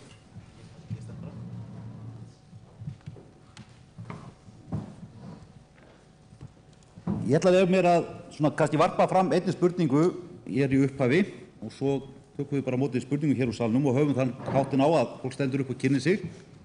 En mér langar að nefna það við þig, Guðmundur Ásmundsson, af því að ýmislegt hefur verið sagt hér sem hefur beint að Landsneti. Bæði sem komið fram í máli Guðmundar nafnaðins Baldvin Guðmundssonar hér í bæjarráði Akureyrar, eins líka hjá Karli Ingólfssyni og líka hjá Helgu Þórðardóttur, að menn hafa haft uppi orð vinnubrögð Landsnets, hvernig hafi verið staðið að skipulagi á þeim bænum, þó að það er líka fylgt því að menn hafi þótt að sjá merki betri vinnubrögð hér á undanförnu. En er það svo, hvernig svarar Landsvirkjun þessari gagnrýni sem hefur komið fram frá landeigendum, frá umhverfis samtökum og hér frá stjórnmálamönnunum? Hvernig svarar Landsvirkjun þessu? Landsnet segir þessu. Ég veit hvað Landsvirkjun segir. Heyrið í mér? Virka mikrofónum? Heyrið í mér? Heyrið ekki núna? Þú erum fann að tala illu eins og fyrirvændi forstjóri, hann sagði alltaf Landsvirkjun þegar hann myndi Landsnet. Já, ég var einu sinni stjórnar. Það er aðgreining á milli okkar. Það er náttúrulega, þegar við erum að tala verkefni eins og Blöndulínu 3 sem var kannski hitaverkefni í þessu, þá er ágætt að hafa það í huga að þetta er verkefni sem er unnið á mjög löngum tíma og það breytast mjög margar forsendur á leiðinni. Og ég ætla svo sem ekkert að þræta fyrir það að við höfum þurft að læra okkar leksu sem fyrirtæki og við höfum sannarlega gert það og vonandi erum við að sýna það og það er alltaf ágætt fyrir svona mann eins og mig sem er að stjórna fyrirtæki að taka ábendingum og horfa á og sjá hvort það sé hægt að vinna skynsamlega úr málum og það hefum við vissulega gert. En það er náttúrulega ýmislegt sem kom hérna fram í erindunum sem eru svona tengisbreytingum sem urðu á leiðinni. Og þegar Blöndulína var til dæmis undirbúin á sínum tíma, þá voru lögin þannig að okkur bara skylda til að leggja fram hagkvæmasta kostin hverju sinni, sem enn þann dag í dag er loftlína. Síðan 2015, þá voru lögunum breytt, eða sem sagt, þá kom stefna stjórnvalda lagningu, man ekki hvað hann hét, svona kallið jarðstrengjastefnan og í framhaldi af því þá hafið þið verið að heyra aðrar þingsaláritunar til að koma fram og það veitti okkur meira svigrúm til þess að bregðast við og gaf okkur miklu meiri tækifæri til að taka samtal og það er vissulega það sem við höfum verið að gera og ég vona bara og ég sé náttúrulega að það eru fleiri aðilar sem koma að þessu vegna þess að ég sé ekki fyrir mér að það sé ykkur einn aðili svona flóknu ferli sem ber alla sök. Og ég sé þetta hins vegar að það eru fleiri aðilar farnir að setja sig vel inn í málin og kynna sig vel og vinna vel og við finnum það til dæmis í þessum verkefnum núna sem fyrir austan, þar sem við erum að vinna, að fólk tekur okkur mjög vel, tilbúið að vinna með okkur og vonandi skilar það bara miklu betri árangur og það er kannski það sem skiptir öllu máli þegar maður horfir fram á veginn. Takk kærlega fyrir þetta. Nú ætla ég að opna fyrir spurningar úr sal. Gefið bara merki hérna og kynni ykkur uppaf.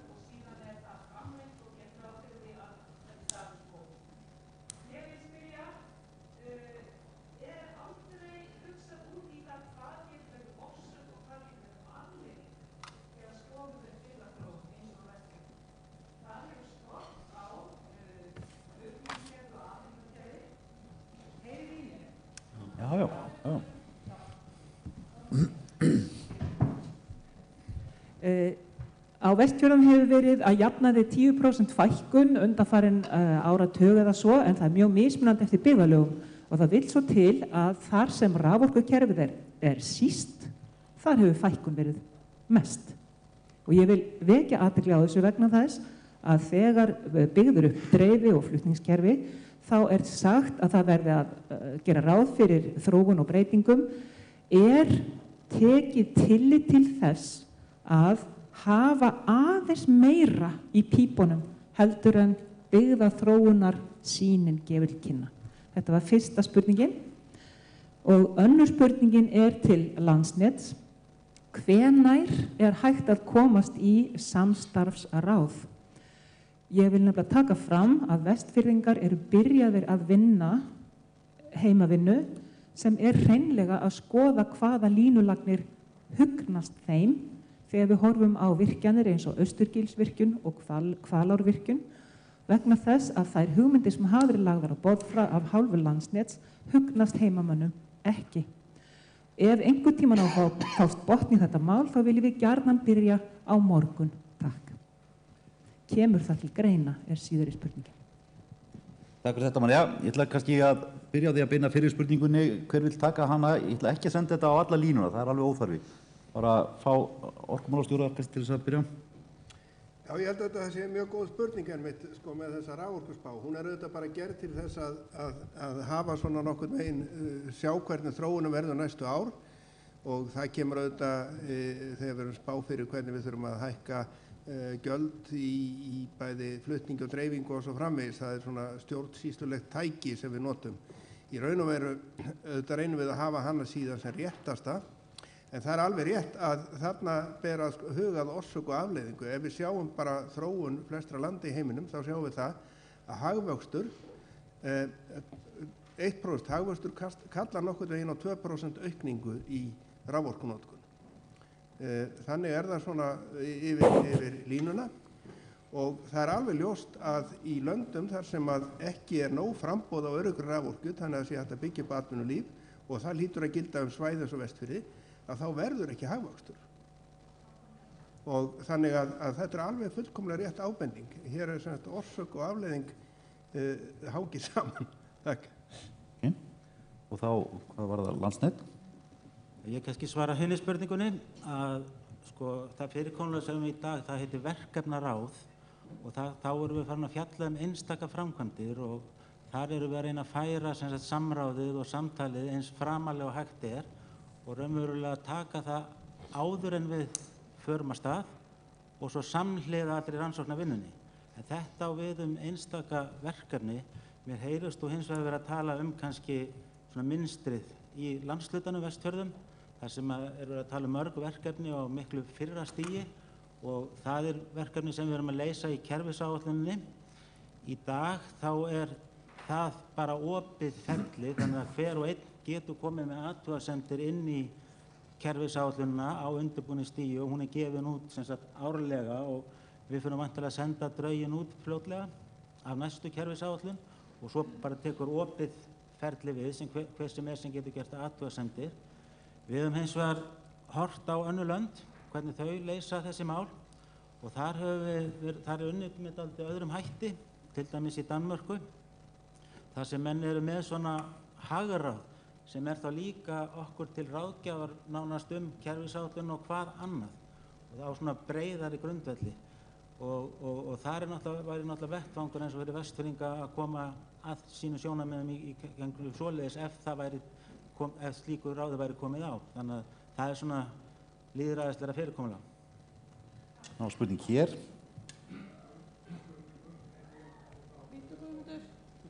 Það kemur mikrofót, Guðmundur.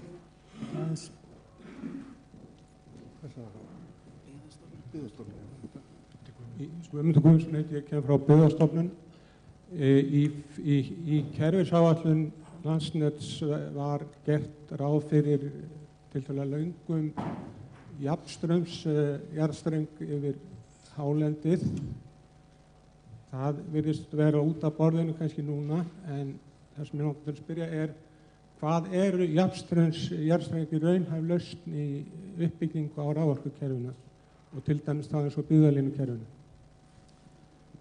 Og ég held að það sé engin þjóð sem byggir allt sitt raforkukerfi í dag á jafnstraum og svona almennt séð eru jafnstraumstrengir lotaðir fyrir mikinn flutning yfir langa vegalengd. Þar koma hagkvæmir inn og að því að endastöðarnar eru mjög dýrar og við höfum eins og að séð að það er einn staður á Íslandi þar sem að svona tækni gæti verið eiginlega alveg frábær vegna þess að hún býður upp á flutning á milli kerfa og líka upp á það að við getum stjórnað betur kerfinu, auki stöðuleikan raunverulega í kerfinu og gæði og það er að fara yfir Sprengisand en galli við þessa leiðir að hún er miklu dýrari.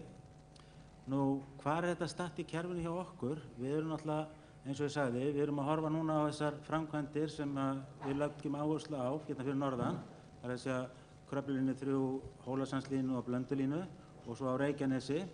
Samhliða því þá erum við náttúrulega að skoða þá valkosti sem koma til greina með að tengja valkostina og við höfum verið að skoða, að því að það var nú sagt að við ættum ekki að vera að horfa á hálendið, að þá höfum við verið að skoða í raun alla möguleika yfir hálendið, annarkvort að fara í lofti, að hluta til í jörðu, þá alltaf 50 km sem er svona möguleikin, eða alfæri með þessari DSI-tækni.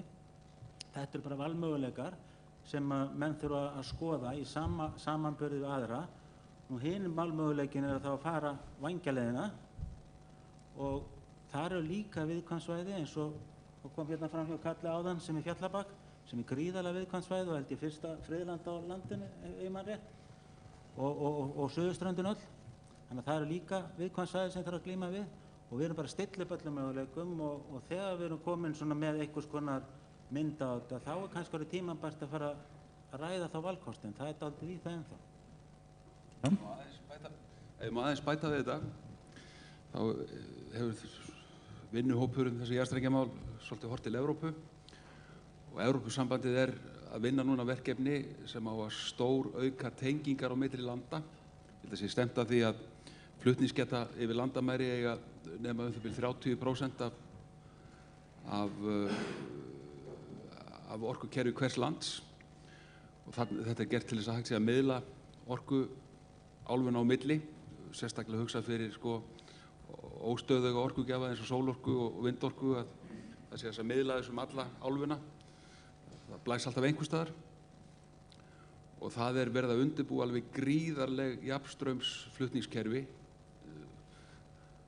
Þjóðverjar eru að setja upp 4 samsíða kerfi, norður-suður, allt Þýskaland samsíða og verðið á þessum endastöðum er að það fer hríðlækkandi og jarðstrengirnir sjálfur, DC-strengirnir eru mun ódýrari heldur en AC-strengir.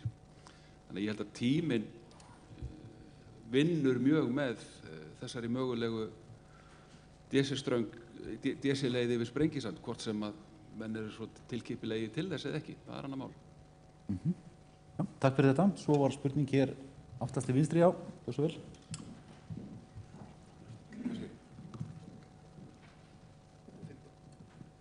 Já, komið í sæl, ég heiti Kolbeinn Óttarsson Proppi og er alþingismaður. Ég vil nú byrja að þakka fyrir þetta málþing og fá að vera hér að fylgjast með þessu og þessi erindi. Ég geti verið með margar spurningar á okkur, já, alla, ég ætlaði að segja öll en alla, en bara svo fleiri komist að ætla ég bara að koma með eina. Ég get svo bara afla mér upplýsinga annar staðar langar aðeins að biðja Guðni að útskýra aðeins og betur orðin sem komst inn á það að auðvitað er ekki hægt að stýra því hverju keyptu orkuna eða í hvað orkan færi og talaðar eins og sumir töluðu að það væri hægt. Þannig það er náttúrulega vissulega rétt að það getur verið að ræða að stýra því niður í smæstu fyrirtækin. Þannig hefur nú svo sem verið á raforkumarkaðnum áratugum saman að orkan hefur verið stýrt í álverin og eins og hefur verið farið ágætlega yfir hér. En mér langar að biðja að útskýra þetta aðeins og hvort að þú teljir ekki að það sé hægt að þá stýra því að til dæmis hluti orkunar fari í orkuskipti, hluti þeirra orku sem framleidd verður fari þá í til dæmis umhverfisvænni fiskimjölsverksmiðjur, það er að segja að tryggja það að vera hægt að fara með rafmagni þangað. Hluti orkunar fari í grænna samfélag eins og kemur fram í einni af sviðsmyndum í kerfisáætlun Landsnets. Þegar einu leið sem hún nefndi líka að væri hægt að fara í væri til dæmis að skylda raforkusala til að ráðstafa hluta framleiðslunnar inn á almenna markað. Er það ekki ákveðin stýring á því hvert orkan fer og er ekki hægt að beita því á öðru sviði líka? Takk. Já, þakka þér fyrir Kolbeinn. Þetta er nefnilega mikilvæg spurning vegna þess að við erum með sem sagt lög í landinu sem að hafa frá 2003 þegar lögin voru sett og síðan frá 2005-2006 þegar voru svona komin í notkun má segja, að þá höfum við aðgreint annars vegar flutnings- og dreifikerfi sem eru einunguna fyrirtæki þá undir eftirliti Orkustofnunar og stjórnvalda og síðan erum við með frjálsan raforkumarkað, það er að segja að menn framleiða raforku og selja þeim sem vil borga hæst verð. Ef við ætlum að hverfa frá þessu þá erum við í raun og veru þurfum við að búa til alveg nýtt lagaumhverfi. Það er að segja en hins vegar eru vissar takmarkanir sem við getum gert og þær eru sem sagt til í þessum tilskipunum Evrópusambandsins sem við erum aðilar að og þær væru þá til þess að vernda sem sagt almennan markað. Þannig að það er hægt að gera ákveðnar ráðstafanir til þess að tryggja það að ákveðin hluti orkunar væri semst á skammtíma markað, ekki bundin semst í samningu til lengri tíma. Það er kannski, og það myndi þá þýða að það myndi ekki vera jafn mikið verðþrýstingur á almenna markaðnum, eins og við myndum vera með verðmyndun. Hins vegar ef við komum að því að vera með einhvers konar samfélagslegar markmið sem sagt hvernig iðnað við viljum hafa og hvernig iðnað við viljum ekki hafa, þá held ég að það sé mjög erfið leið samkvæmt núgildandi lögum og samkvæmt okkar alþjóðasamningum að gera það með því að skrúfa fyrir raforkuna til vissra væntanlegra kaupenda. Heldur þá verðum við einfaldlega að setja okkur markmið til dæmis eins og ég sagði, mengun og losun eða þá eitthvað annað sem við teljum neikvætt sem við viljum takmarka. En það verða þá að vera almenna reglur en ekki beinast að einstökum fyrirtækjum. Gott og vel. Fleiri fyrirspurnir? Eða bara trúa því að þessi er búin að svara öllum bara? Það var þetta ég að nota tækja aðeins og spurja bara einna spurningar hér og mér er eiginlega alveg sama hver svaraði. Og nú þekki ég ekki sögunin einum smáatriðum en einhvern tímann heyrðum að þá söguskýringu varðandi uppbyggingu áliðnaðarins á Íslandi. Annars vegar var hugsunin sú að finna leið til þess að koma rafmagni úr landi, selja það í formi áls. En hitt hafði líka skipt máli að með því væri hægt með þessum stóru notum að byggja upp örugt raforkudreifikerfi. Og mér langar aðeins að bara rétt aðeins að heyra það því að stundum í umræðinni talað eins og það hafi þessi erfitt að greina hvers vegna að fara í þá uppbyggingu á sínu tíma og síðan kannski þá í framhaldinu erum við þá komin að endamörkum á slíku, einhver ástæða til þess að hverfa frá slíku, jafnvel möguleiki á því að segja við eitthvað af þessum álverum, við ætlum ekki lengur að selja ykkur rafmagn, í það minnst að hækka þannig verðið að það verði ekki hagkvæmt. Sem að svolítið orkumálastjóri kom hér inn á áðan. Mér er nú eiginlega alveg sama hver bregst við. En einhver þarf að gera það. Gjör svo vel. Já, gott fólk. Mér finnst þetta grundvallar spurning sem að þingmaðurinn spyr. Já, fyrirverandi skoða, það má ekki vera að skamma mig fyrir það. Já, hún tengist líka því sem þú varst að tala um. Já. Og þá spyr maður sig hver tekur í raun og veru ákvarðanir hvernig umhverfið á að vera á Íslandi. Eru það fyrirtæki eins og Landsnet sem að í raun og veru falbýður orku og reynir að afla orku gegnum Landsvirkjun, eða eru það stjórnmálamennir, er það Alþingi sem tekur á að taka slíkar ákvarðanir? Og mér finnst að að mörgu leyti hafi Alþingi ekki haft ákveðna stefnu og ekki haft frumkvæði, heldur hafi þessi fyrirtæki sem að starfa undir, þetta eru ríkisfyrirtæki, þau hafi í sjálfu sér markað sína eigin stefnu og þau hafi ráðið nokkru það hvernig uppbygging orkureksiðnaðar hefur verið og hvernig í raun og veru hefur verið staðið að þessum málum. Og ég spyr, er það fullkomlega eðlilegt að Alþingi framselji í raun og veru vald sitt til þessara undirstofnana? Já, þá vil ég heyra frá Landsneti næst. Ég skal reyna að svara þessu, en okkar hlutverki í þessari raforkukeðju, orkukeðjan er eiginlega skipt upp í samkeppnisþátt og sérleyfisþátt og sérleyfisþættirnir er flutningur og dreifing raforku og okkur sem fyrirtæki erum vel að skylda til þess að flytja þá orku sem að menn vilja og við megum alls ekki hafa neina skoðun á því. Okkur er algjörlega bannað að hafa skoðun á því hvert orkan fer vegna þess að við megum ekki hafa áhrif á samkeppnisþáttinn. Það er eins og að framleiðendurnir sem að selja orkuna til notendana samkvæmt regluverki sem er sett af Alþingi. Og það er raunverulega Alþingi sem setti regluverk og það regluverk sem við búum við, það er í samræmi við það regluverk sem er bæði í Evrópu og mestu leyti í Bandaríkjunum líka í raun frjáls viðskipti með raforku. Og þetta er bara það fyrirkomulag sem við búum við og það var held ég það sem orkumálastjóri var að nefna. Þannig að við erum í sjálfu sér ekki að kaupa orku og falbjóðana. Við höfum í raun enga hagsmuni sem fyrirtæki af þessu, annað en tekjurnar okkar sem raunverulega Guðni ákveður. Þannig að hann ákveður hvað við megum hafa mikla tekjur og við getum ekki fengið krónu umfram það. Þannig að öll samkeppni eða business er ekkert inn í okkar módeli. Það var líka spurning frá Illu áðan hvernig raforkukerfi hefði þróast og þið sáu það bæði á myndinni hjá mér og myndinni hjá Karli að raforkuflutningskerfið hefur þróast aldrei kringum þessar stóru notendur. Ég held að það sé alveg augljóst. Og ef einn þeirra myndi loka, þá er ekkert alveg sjálfgefið að það þýddi minni orkuflutningsmannvirki. Einfaldlega vegna þess að orkan fer yfirleitt stystu leið á svo stóru notendur. Ef að svona stór notandi lokar, hvert á þá orkan að fara? Dreifist hún landið og höfum við flutningskerfi fyrir það. Það þurfum við líka að velta fyrir okkur. Þannig að þetta er alltaf svona, þetta eru stóra spurningar sem allir þurfa að hafa í huga þegar það verið að ræða þessi mál. Já, nú aldrei gott og vel. Ég sá fyrst þessa hend hérna.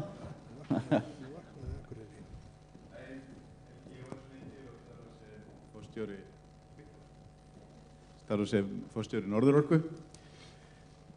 Mér fannst, þetta eru kannski ekki alveg beinar spurningar, en mér fannst eins og hjá Karli áðan að það kom fram að kerfið var sterkt í kringum þessu stóriður, og nú ætla ég að taka það strax fram að ég er engin stóriði maður, en kerfið er sterkt þar í kring, og ég held að sé engin tilviljun að höfuðborgarsvæðið hafi byggst upp þann hátt sem það hefur byggst upp, vegna þess að þarna var byggt upp kerfi fyrir stóriðu og samhliða væntanlega fyrir höfuðborgarsvæðið. Kannski að því að þú komst inn að þetta væri ekki fyrir aðra. Já, þetta væri meira bara fyrir stóriðu en ekki fyrir þá íbúi í landinu. Annað sem er að okkur voru sýnt hérna myndir af staurastæðum í gegnum Skagafjörðinn og svona þessar tréstauralagnir, og ef við nú slökktum á Bekkrómal eða einhverju því, þá getum við væntanlega lifað áfram á því kerfi eða þeirri staurastæði sem það er, gamlu tréstaurunum. Það væri alls ekki, þá fengjum við bara yfir höfuð ekki sterkt kerfi. Og mér dettur í hug alveg eins og þetta sé með vegina, við erum ofta að tala um þjóðveginn hérna á milli líka, að ef að kæmi einhver stærri sem þyrfti að nota breiðari vegi, þá myndum við væntanlega njóta þess líka, annars verðum við bara áfram á mjóum vegum. Ég bara meina að velta því upp að styrkingin á kerfinu, hvort sem hún er fyrir okkur almennan íbúa, smærri iðnað eða stærri iðnað, hún hlýtur að koma öllum til góða á endanum og byggja upp svona farsælt og samfélag sem hafi þá meiri tækifæri. Það er ekki beint spurningar, þetta voru vangaveltur. Ég veit ekki hvort þið tækið undir þeir. Já, takk fyrir þetta. Bara til þess að kannski má ég sjá þeir sem rétt upp henda áðan. Já, hérna þá. Já, góðan daginn. Helga Rós Indriðadóttir heiti ég og er landeigandi meðal annars. Ég held ég hafi örugglega heyrt rétt, Guðni, að þú talaðir að tenging við Bretland myndi auka raforkuöryggi á Íslandi. Ég myndi gjarnan vilja heyra útfærslu á því, hvernig það kemur til með að tryggja eða auka raforkuöryggi hér. Og síðan beini ég því til Guðmundar hvernig það samræmist síðan stefnu fyrirtækis Landsnets græna framtíð. Takk. Takk hérlega. Þið bregðast við þessu. Já, ég kannski svara þessu bara strax þá að það er bara einfallega þannig að við tengjumst að eitt kerfi sem tengist öðru stærra kerfi hefur satt möguleika til þess að fá orku frá því kerfi ef verður orkuskortur og síðan ef það verður umfram orka þá er hægt að veita henni aftur til hins kerfisins, þannig að eftir því sem að við tengjum meira saman, eftir því bæði nýtum við orkuna betur og eins fáum við betra orkuöryggi á hverju svæði. Síðan er kannski það sem að felst í þinni spurningu er það ef við myndum skuldbinda okkur til að veita orku til Bretland sem að við ekki hefðum, þá myndum við minnka raforkuöryggi okkar. En það auðvitað segi ég að þetta var auðvitað sagt í ljósi þess að við myndum leið þá afla nægilega orku fyrir þennan streng. Kannski aðeins að taka undir með Helga hérna, að ég er auðvitað sammála því að sko höfuðborgarsvæði og fleiri svæði þau hafa náttúrulega notið þessa sterku tengingar sem voru byggðar upp bæði fyrir höfuðborgarsvæði og hérna stóriðuna, þannig að stóriðan hefur náttúrulega haft heilmikil áhrif á afhendingaröryggi á suðvesturhorninu og þær framkvæmdir. Og ef við förum að tala sæstrengi þá var bent spurningu til mín hvernig þetta samræmis grænu sviðsmyndinni og sko hlutverk Landsnets er að flytja raforku á Íslandi, ekki milli landa. Það er okkar hlutverk, þannig að ef við horfum á sæstreng sem slíkan, að þá gæti hann í besta falli verið einna viðskiptavinum eins og hver annar notandi. Og við höfum í sjálfu sér engin sérstök áform þennan sæstreng að öðru leyti en því að við höfum heyrt í þessum aðilum sem hafa áhuga að leggja þennan sæstreng milli landana og við enga sérstaka stefnu það. Gott og vel, þá höfum við áfram hér. Já, Reinhard heiti ég hjá Atvinnuþróunarfélagi Þingeyinga. Við langar að spyrja hann Örvar, hann fór nú yfir ýmislegt.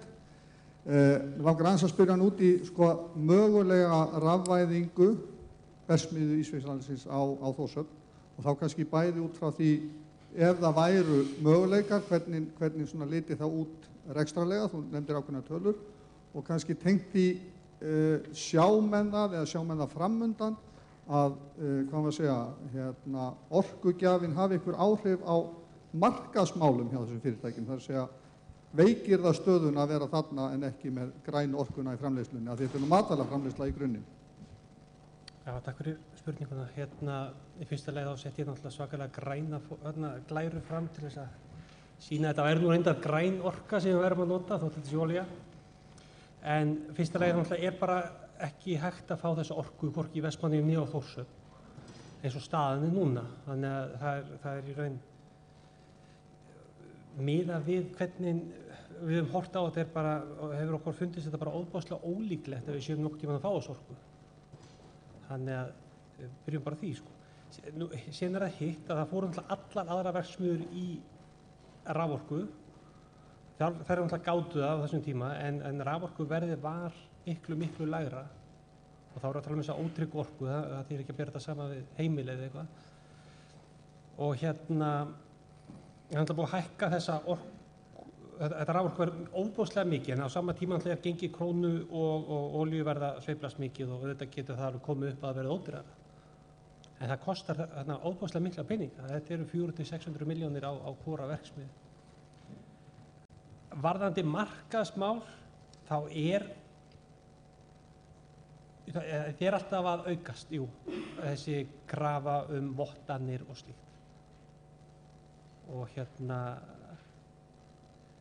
ekki samt eins og að þannig erum við það má vilja segja að vandamálin séu samt vandamálin ekki endilega þetta held ég í framtíðinni. Það er að segja langstærsti viðskiptavinur er laxaframleiðendur eða fóðurframleiðendur fyrir laxaframleiðendur og vandamál okkar þessar ofboðslegu sveiflur í magni.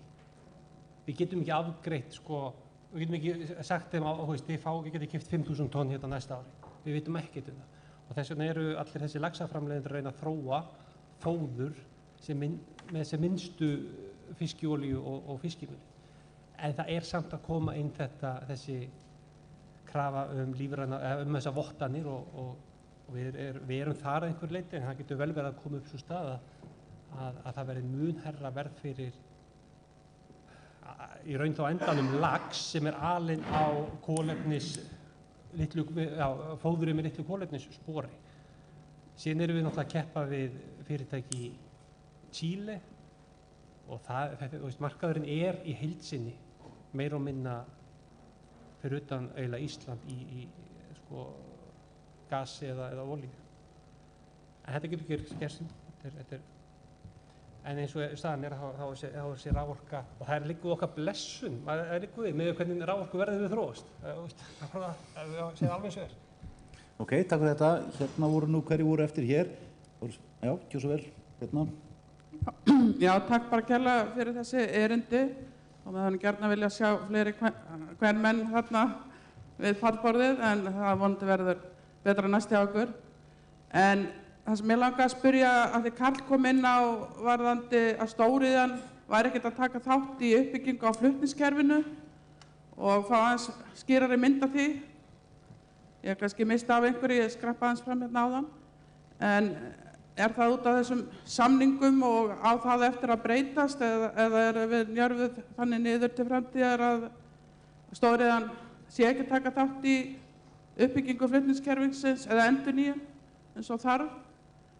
Og síðan langar með að heyra frá okkur varðandi þessar tvær leiðir sem verið að ræða að byggja upp annað með hálendislínu eða að byggja upp megin flutningskerfið, að það verður varla farið í hvort tveggja samhliða með fullum krafti og þá þurfum við alltaf að byggja upp samtleið eða veik svæði í megin flutningskerfinu. Mér langar bara að vita hvor leiðin væri betri fyrir Vestfirði sem eru mjög aftarlega á merinni. Það væri gaman að vita það að hvor leiðin nú betri ef við erum ekki að gera þetta allt hvort tveggja á næstu 10 árum. Og ég nefnum bara þá tölu. Takk. Og viðbrögð hér. Orkumálastjóri, já.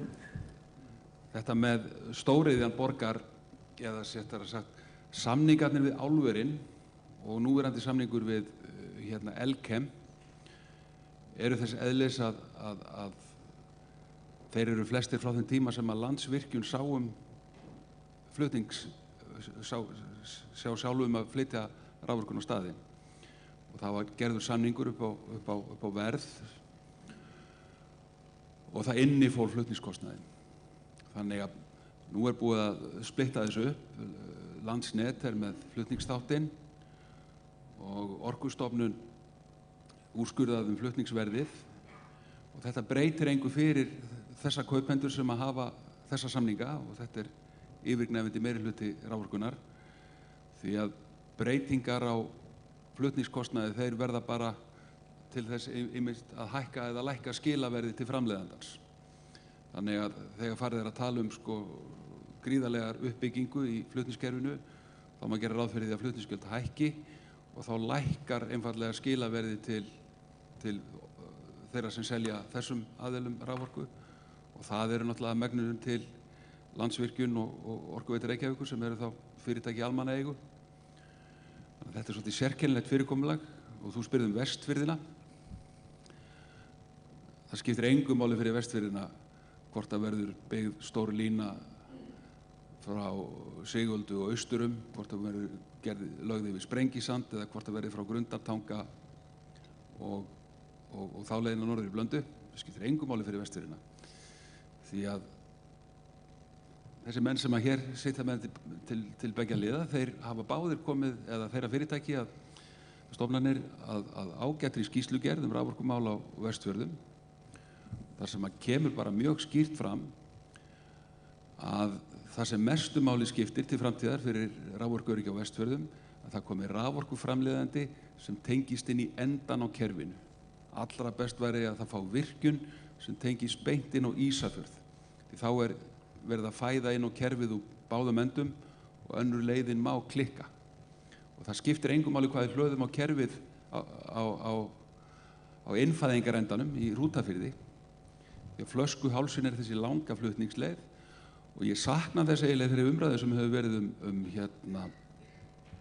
virkjun í Ófeigsfirði og tengingu hennar suður til Breiðafjarðar að í þessum skýrslum frá Landsvirkjun og Landsneti og Orkustofnun þar segir bara hreint út að virkjun í Ófeigsfirði og tenging hennar til suðurs hefur sáralítil áhrif á raforkuframboð og raforkuöryggi á Vestfjörðunum en væri þessi sama virkjun tengd beint til Ísafjarðar þá myndi ástandi gjörbreytast. Þannig að ég held að þetta svari þessu með Vestfjörðina. Ég sá að bæði orkumálastjóri og eins forstjóri Landsnet vildu bregðast við.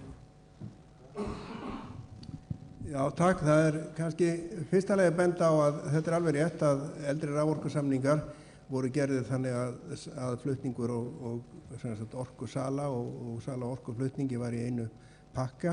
Þetta þýddi það að orkusalinn var að taka þá áhættu fyrir orkukaupandann. Og það hefur svona í nýrri samningum því hefur verið breytt og sumir eldri samningar hafa verið rifnir upp til þess að breyta þessu. Þannig að ég held að þar munu orkusalarnir í framtíðinni þegar sjá þessa skiptingu þá munu auðvitað fyrst og fremst líta til sinna hagsmuna og sinna áhættu þegar þeir gera nýja samninga. Þannig að maður á nú kannski eftir að sjá þetta breytast. Hvað varðar þetta að Orkustofnun hafi sagt að tenging Ófeigsfjarðar inn í Kollafjörð hafi engin áhrif á orkuöryggi á Vestfjörðum, það er bara einfaldlega rangt. Við höfum bent á það að 3/4 hlutar línunar frá Hrútatungu að Mjólká geta dottið út án þess að það verði sem sagt orkuskortur og straumfall á Vestfjörðum.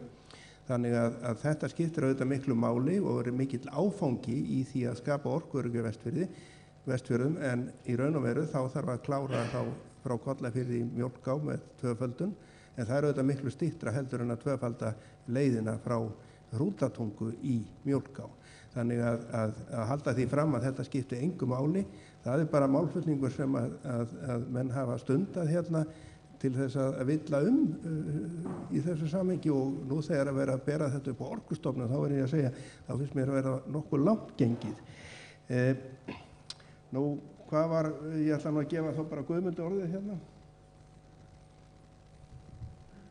Og nú búin að svara hluta þessu, að þetta er náttúrulega sama skýrsla sem það er að vitna í. Það er aðalega þetta með en hérna, það er náttúrulega, en það er líka alveg rétt, Lilja, sko, að auðvitað skiptir Vestfirði máli að hafa aðgang að sterkum hring, sterku bakbeini, og báða lausnirnar bjóða upp á það. Þannig að vandamálin hins vegar fyrir vestan eru náttúrulega meira staðbundins eðlis, eins og Karl var að nefna, og það þarf að leysa það, og við höfum margótt bent á að hagkvæmasta lausnin í þeim efnum væri að vera sem næst byggðinni, þannig að við værum ekki háðir þessum línum sem fara yfir þetta erfiða landsvæði, og það er náttúrulega takmarkar sem hægt er að leggja jarðstrengjum þarna, þannig að það er erfitt að finna góða flutningsleiðir á svæðinu. En hvað kostnaði varðar, að því að við erum að tala um hann, að þá er það þannig fyrirkomulagið í meginflutningskerfinu sem við erum að tala um núna, að það er ákveðin skipting, og það fer eftir því bara hver skiptilhlutföllin eru milli stóriðju annars vegar og dreifiveitna eða almennings hins vegar, fer bara eftir orkumagninu sem flutt í landinu. Það eru því skiptilhlutföll, sem þýðir það að í raun og veru þá ber stóriðjan sem slík meiri hluta kostnaðarins heldur en dreifiveiturnar, því að meiri hlutin af flutningnum er í landinu vegna stóriðju. Það liggur alveg fyrir þessu stóriðju tekjuramma eða stórnotenda tekjuramma. Það er hins vegar alveg rétt sem hefur komið fram að ákveðnir samningar, eldri samningar, að þá hafa orkuframleiðendurnir tekið ábyrgð á þeim, og þegar við séum þetta í fjölmiðlum vegna þess að þessi sömu aðilar hafa jafnvel verið að gagnrýna þessa uppbyggingu og vilja draga úr henni, af því að þeir hafa verið hræddir það að gjaldskráin hækki, af því þetta er mikið framkvæmdamál. Þannig að það hefur mjög greinilega komið fram, þannig að þessi viðbrögð eru. Þannig að svona í raun þá er það þannig að það eru að hver og einn ber sinn hlut í þessari uppbyggingu, og stóriðjan er ekkert stikkfrí sem slík. Ég veit að eitt stutt komment hérna núna, bara sem viðbrögð. Mér langar aðeins til að bregðast við þessu sem Guðni sagði. Ég held nefnilega að við séum að tala um sama hlutin. Ég sagði að það væri til skýrslur, og það kemur líka fram skýrslur frá Orkustofnun ágæti þess að tengja virkjun beint til Ísafjarðar, að það gjörbreytir ástandinu.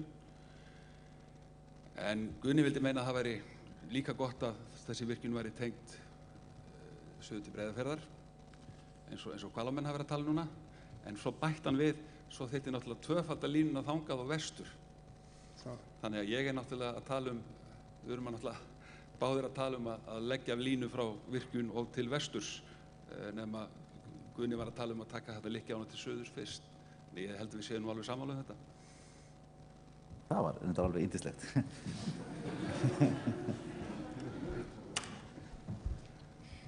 Voru fleiri hendur hér? Já, ok.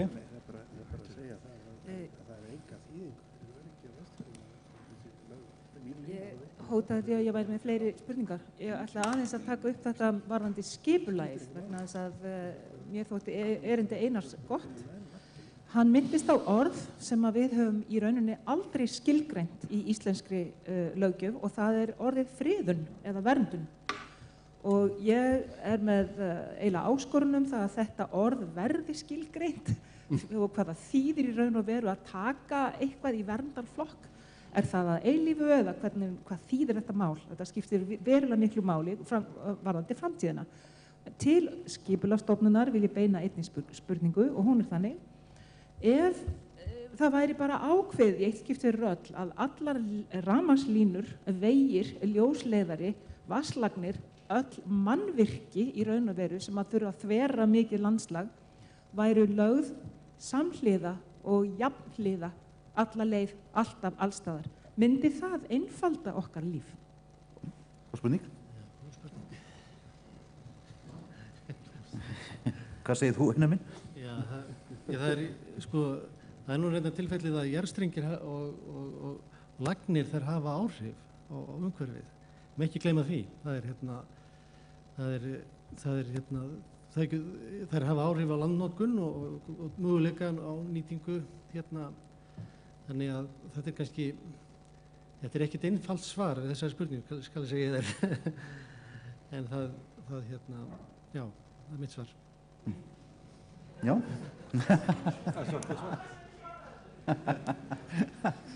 Heyrðu, þá ætla ég að taka eina spurningu hér í viðbót og ég myndi láta það vera, og svo var ein hér, já. Og ef ekki eru fleiri sem rétt upp hönd núna, þá eru það 2 síðustu. Gjör svo vel. Já, góðan daginn. Hólmar Svansson heiti ég, atvinnusinni og umhverfisvinur. Ég er með 2 spurningar. Aðeins og eina kannski svona jafnréttis komment hérna. Það er áhugavert að horfa á konurnar í salnum. Við erum greinilega ekki lengra komin í þessum málum, en það er ábyrgðandi að konurnar eru að flýta sér út núna. Það ber ekki meiri ábyrgð á börnum eða einhverjum öðrum tímalegum skuldbindningum. Ég trú ekki að það sé ástæðan. Ok, fyrsta spurningin er eiginlega kannski út frá því sem Guðni var að tala um, bara hvað má segja stjórnsýslan eða hreinlega svona bara laga umhverfið sé einhvern veginn ráðþrota stundum og kannski ekki seinagangurinn sem að einkennir, hann var kannski að tala um þetta frekar út frá virkjunum. Getur verið að þetta veika umhverfi sem sagt rýri rétt meiri hlutans gagnvart minni hluta í því, til dæmis það að það sé ekki auðvelt að leggja línulagnir milli Eyjafjarðar sem sárvantar orku og Blöndu sem hefur orku fyrir hagsmuni minni hluta sem eru þarna fyrst og fremst landeigendur á leiðinni hér á milli. Er laga umhverfið svona veikt og þarf þá hreinlega að breyta lögum og jafnvel, Guðni var svona að tala um að hreinlega laga binda bara ákveðnar aðgerðir. Það er kannski leið bara að laga binda það að það eigi að gera línulagnirnar hérna á milli til þess að leysa þennan ágreining en hafa þetta ekki pattstöðu áratugum saman. En svo á hinni hliðinni þá er ég eiginlega almennt frekar á móti því að fara að laga leiðina að hlutunum og vil frekar hafa þetta hvata. Hvernig væri það að sveitarfélög sem vilja fá þetta lagt í jörð sem er töluvert dýrara, bara, og er ennþá og stefnir ekki í að verði miklu ódýrara, að sveitarfélögin bara greiðir hluta af þessum mismun, segjum 15%, sé bara þeirra þátttökugjald í því að leggja jarðstrenginn í jörð. Ef þeir eru tilbúnir í það, þá er bara sjálfsagt að skoða málið. Nú, að lokum eitt svona sérstakt til hennar Helgu. Ég á hérna mjög fallega mynd, ég er sérstakur áhugamaður plastmengun og einn stærsti ruslastraumur landsins er í gegnum bændaplast. Ég á hérna mjög fallega mynd af rótum Mælifells. Það sem er á Facebook síðu sem ég held úti, sem er sóðaskap bænda og ég skal sýna henni flotta mynd af sjónrænni mengun. Hún er ekki frá línunum sem er í fjallin á bakvið, heldur frá ruslapókum eða sem sagt heyrúllupókum hangandi í girðingum. Takk fyrir. Viltu vera með í pallborðinu? Já.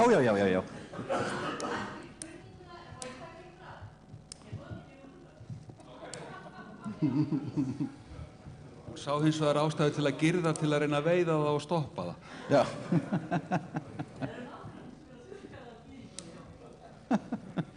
Þá var það hreinsað upp. En svo máru komast, þá var það spurning hér. Já, Sæll Jónsson. Nei, já, byrju nú við. Þá var ég búinn að fá svör við því sem var nú annað, sko. Það var nú ekki bara beint til Helgu, það var. Það var spurningin um ráðþrota stjórnsýslu. Það er auðvitað þannig að við viljum auðvitað sem horfum til almannaheilla. Það er að segja að mál séu bara fullu upplýst og síðan að það sé örugglega tryggt að það sé tekin upplýst ákvörðun. En það er ekki sagt, þar með sagt að hún eigi að taka óendanlegan tíma og þess vegna þá segja að við þurfum að huga því í okkar stjórnkerfi hvernig við getum í raun og veru gefið hlutum nægan tíma en ekki of mikinn tíma og verið sammála um það vegna þess að það er alveg rétt sem kom fram líka að endalaus kæruferli geta verið sem sagt tæki lítils minnihluta sem að eru þá alls ekki að vinna í þágu almannaheilla heldur einhverja mjög stakra sjónarmiða. Ég vil hins vegar segja að þetta með hvata er mjög interessant og til dæmis höfum við séð að eitt vandamál sem við höfum er að sveitarfélög fá sem sagt fasteignagjöld af stöðvarhúsum fyrir virkjanir. Það sveitarfélag sem hefur stöðvarhúsið sínum megin við ána er sem sagt yfirleitt mjög virkjana sinna sveitarfélag. Hitt sem að fær sem sagt sem ekki færi eins góða vinning út úr þessari tombólu, þeir eru yfirleitt mjög á móti. Við höfum líka séð sko í Frakklandi þá höfðu menn sem sagt voru sveitarfélögin með áfram að allar línur færi niður í jörð og vildu ekki ljá máls á öðru þangað til að frá stjórnvöld tók upp á því að leyfa sveitarfélögunum að leggja fasteignaskatta á raflínumöstur. Síðan var ekki mikið lagt í jörð eftir það. Þannig að þarna eru þetta sko hvatarnir, þeir eru líka mikilvægir í þessu. Ég sá að bæði Guðmundur og Karl myndu vilja fá að skjóta inn hérna stuttlega. Þannig að ferðast í fyrst þú Guðmundur. Já. Já, sá Guðmundurinn. Margir Guðmundur. Það er hægt að rauglast á öllu þessum Guðmundum. Einhvern tímann hérna þegar framleiðsla á landbúnaðarins var og það vildi að veri 15 aðilar í því og þegar voru konir 11 Guðmundar þá hérna gáðust við nú upp í að ná hreinu meirihluta en varðandi það að landeigendur standi gegn framkvæmdum saman við línulög, blöndulínu, þá kom það mjög skýrt fram í máli Helgu að svo er ekki. Við hins vegar viljum hafa áhrif á það hvernig þessi lína verður lögð og það er rétt að það komi fram að í upphafi þá beitti Landsnet óskynsamlegri aðferð gagnvart landeigendum.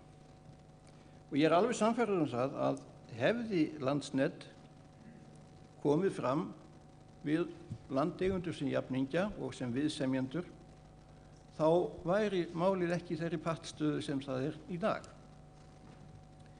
Ég ætla bara aðeins að segja frá því líka að ég hef átt önnur samskipti við Landsnet á öðrum landshluta, þar að segja á Suðurlandi, þar sem var lögð lína frá Selfossi að Þorlákshöfn og fór meðal annars í gegnum land sem ég á þar.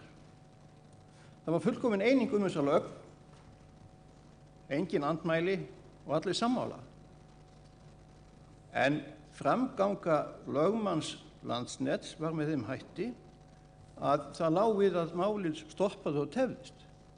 Það er ekki heppilegt þegar menn fara á stað með einhvers konar samningaviðræður að segja svona ætlum við að hafa þetta, kallið minn, og við ætlum ekki að gefa þér neitt séns á því að segja þitt álit og bara ef þú ert með eitthvað múður þá setjum við þetta náttúrulega í mat.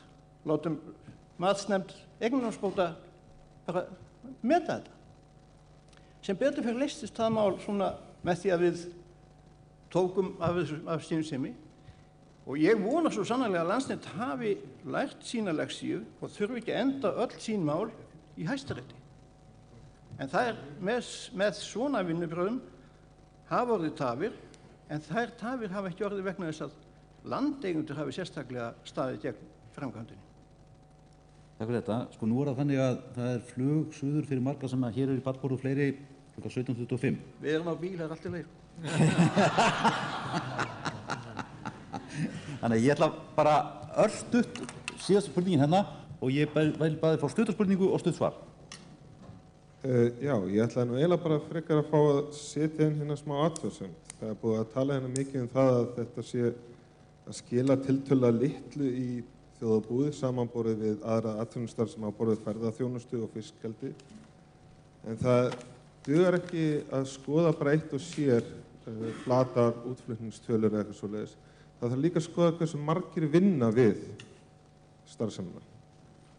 Og það er þannig að samkvæmt tölum á Hagstofunni sem ég fletti upp á síðasta ári, þá var það þannig að 8,3% af landsframleiðslu voru unnin í fiskvinnslu, fiskeldi og fiskveiðum.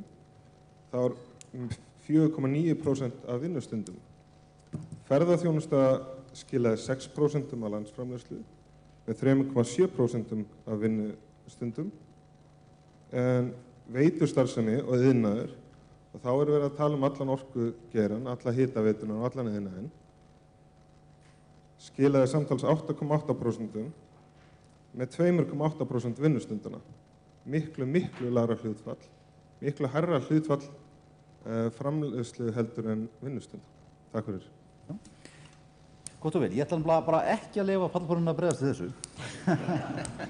Heldur segja við ykkur að ég er afskaplega ánægð með þær umræður sem hér hafa verið og ég vona að þið séu það líka og það hafi verið gagn að þeim. Það var upplegg Byggðastofnunar að það væri umræðu grundvöllur og ég held að hér hafi komið fram í umræðunum ólík sjónarmið en mikilvæg og það einmitt að eiga samtal er alltaf grunnur að einhverju góðu í framhaldinu. Fyrir hönd stjórnar Byggðastofnunar og starfsfólksins þá þakka ég ykkur kærlega fyrir fundarsettuna, ykkur frummælendum og pallborðsþáttakendum kærlega fyrir þáttökuna. Eigið góða ferð heim. Takk fyrir fundarsettuna.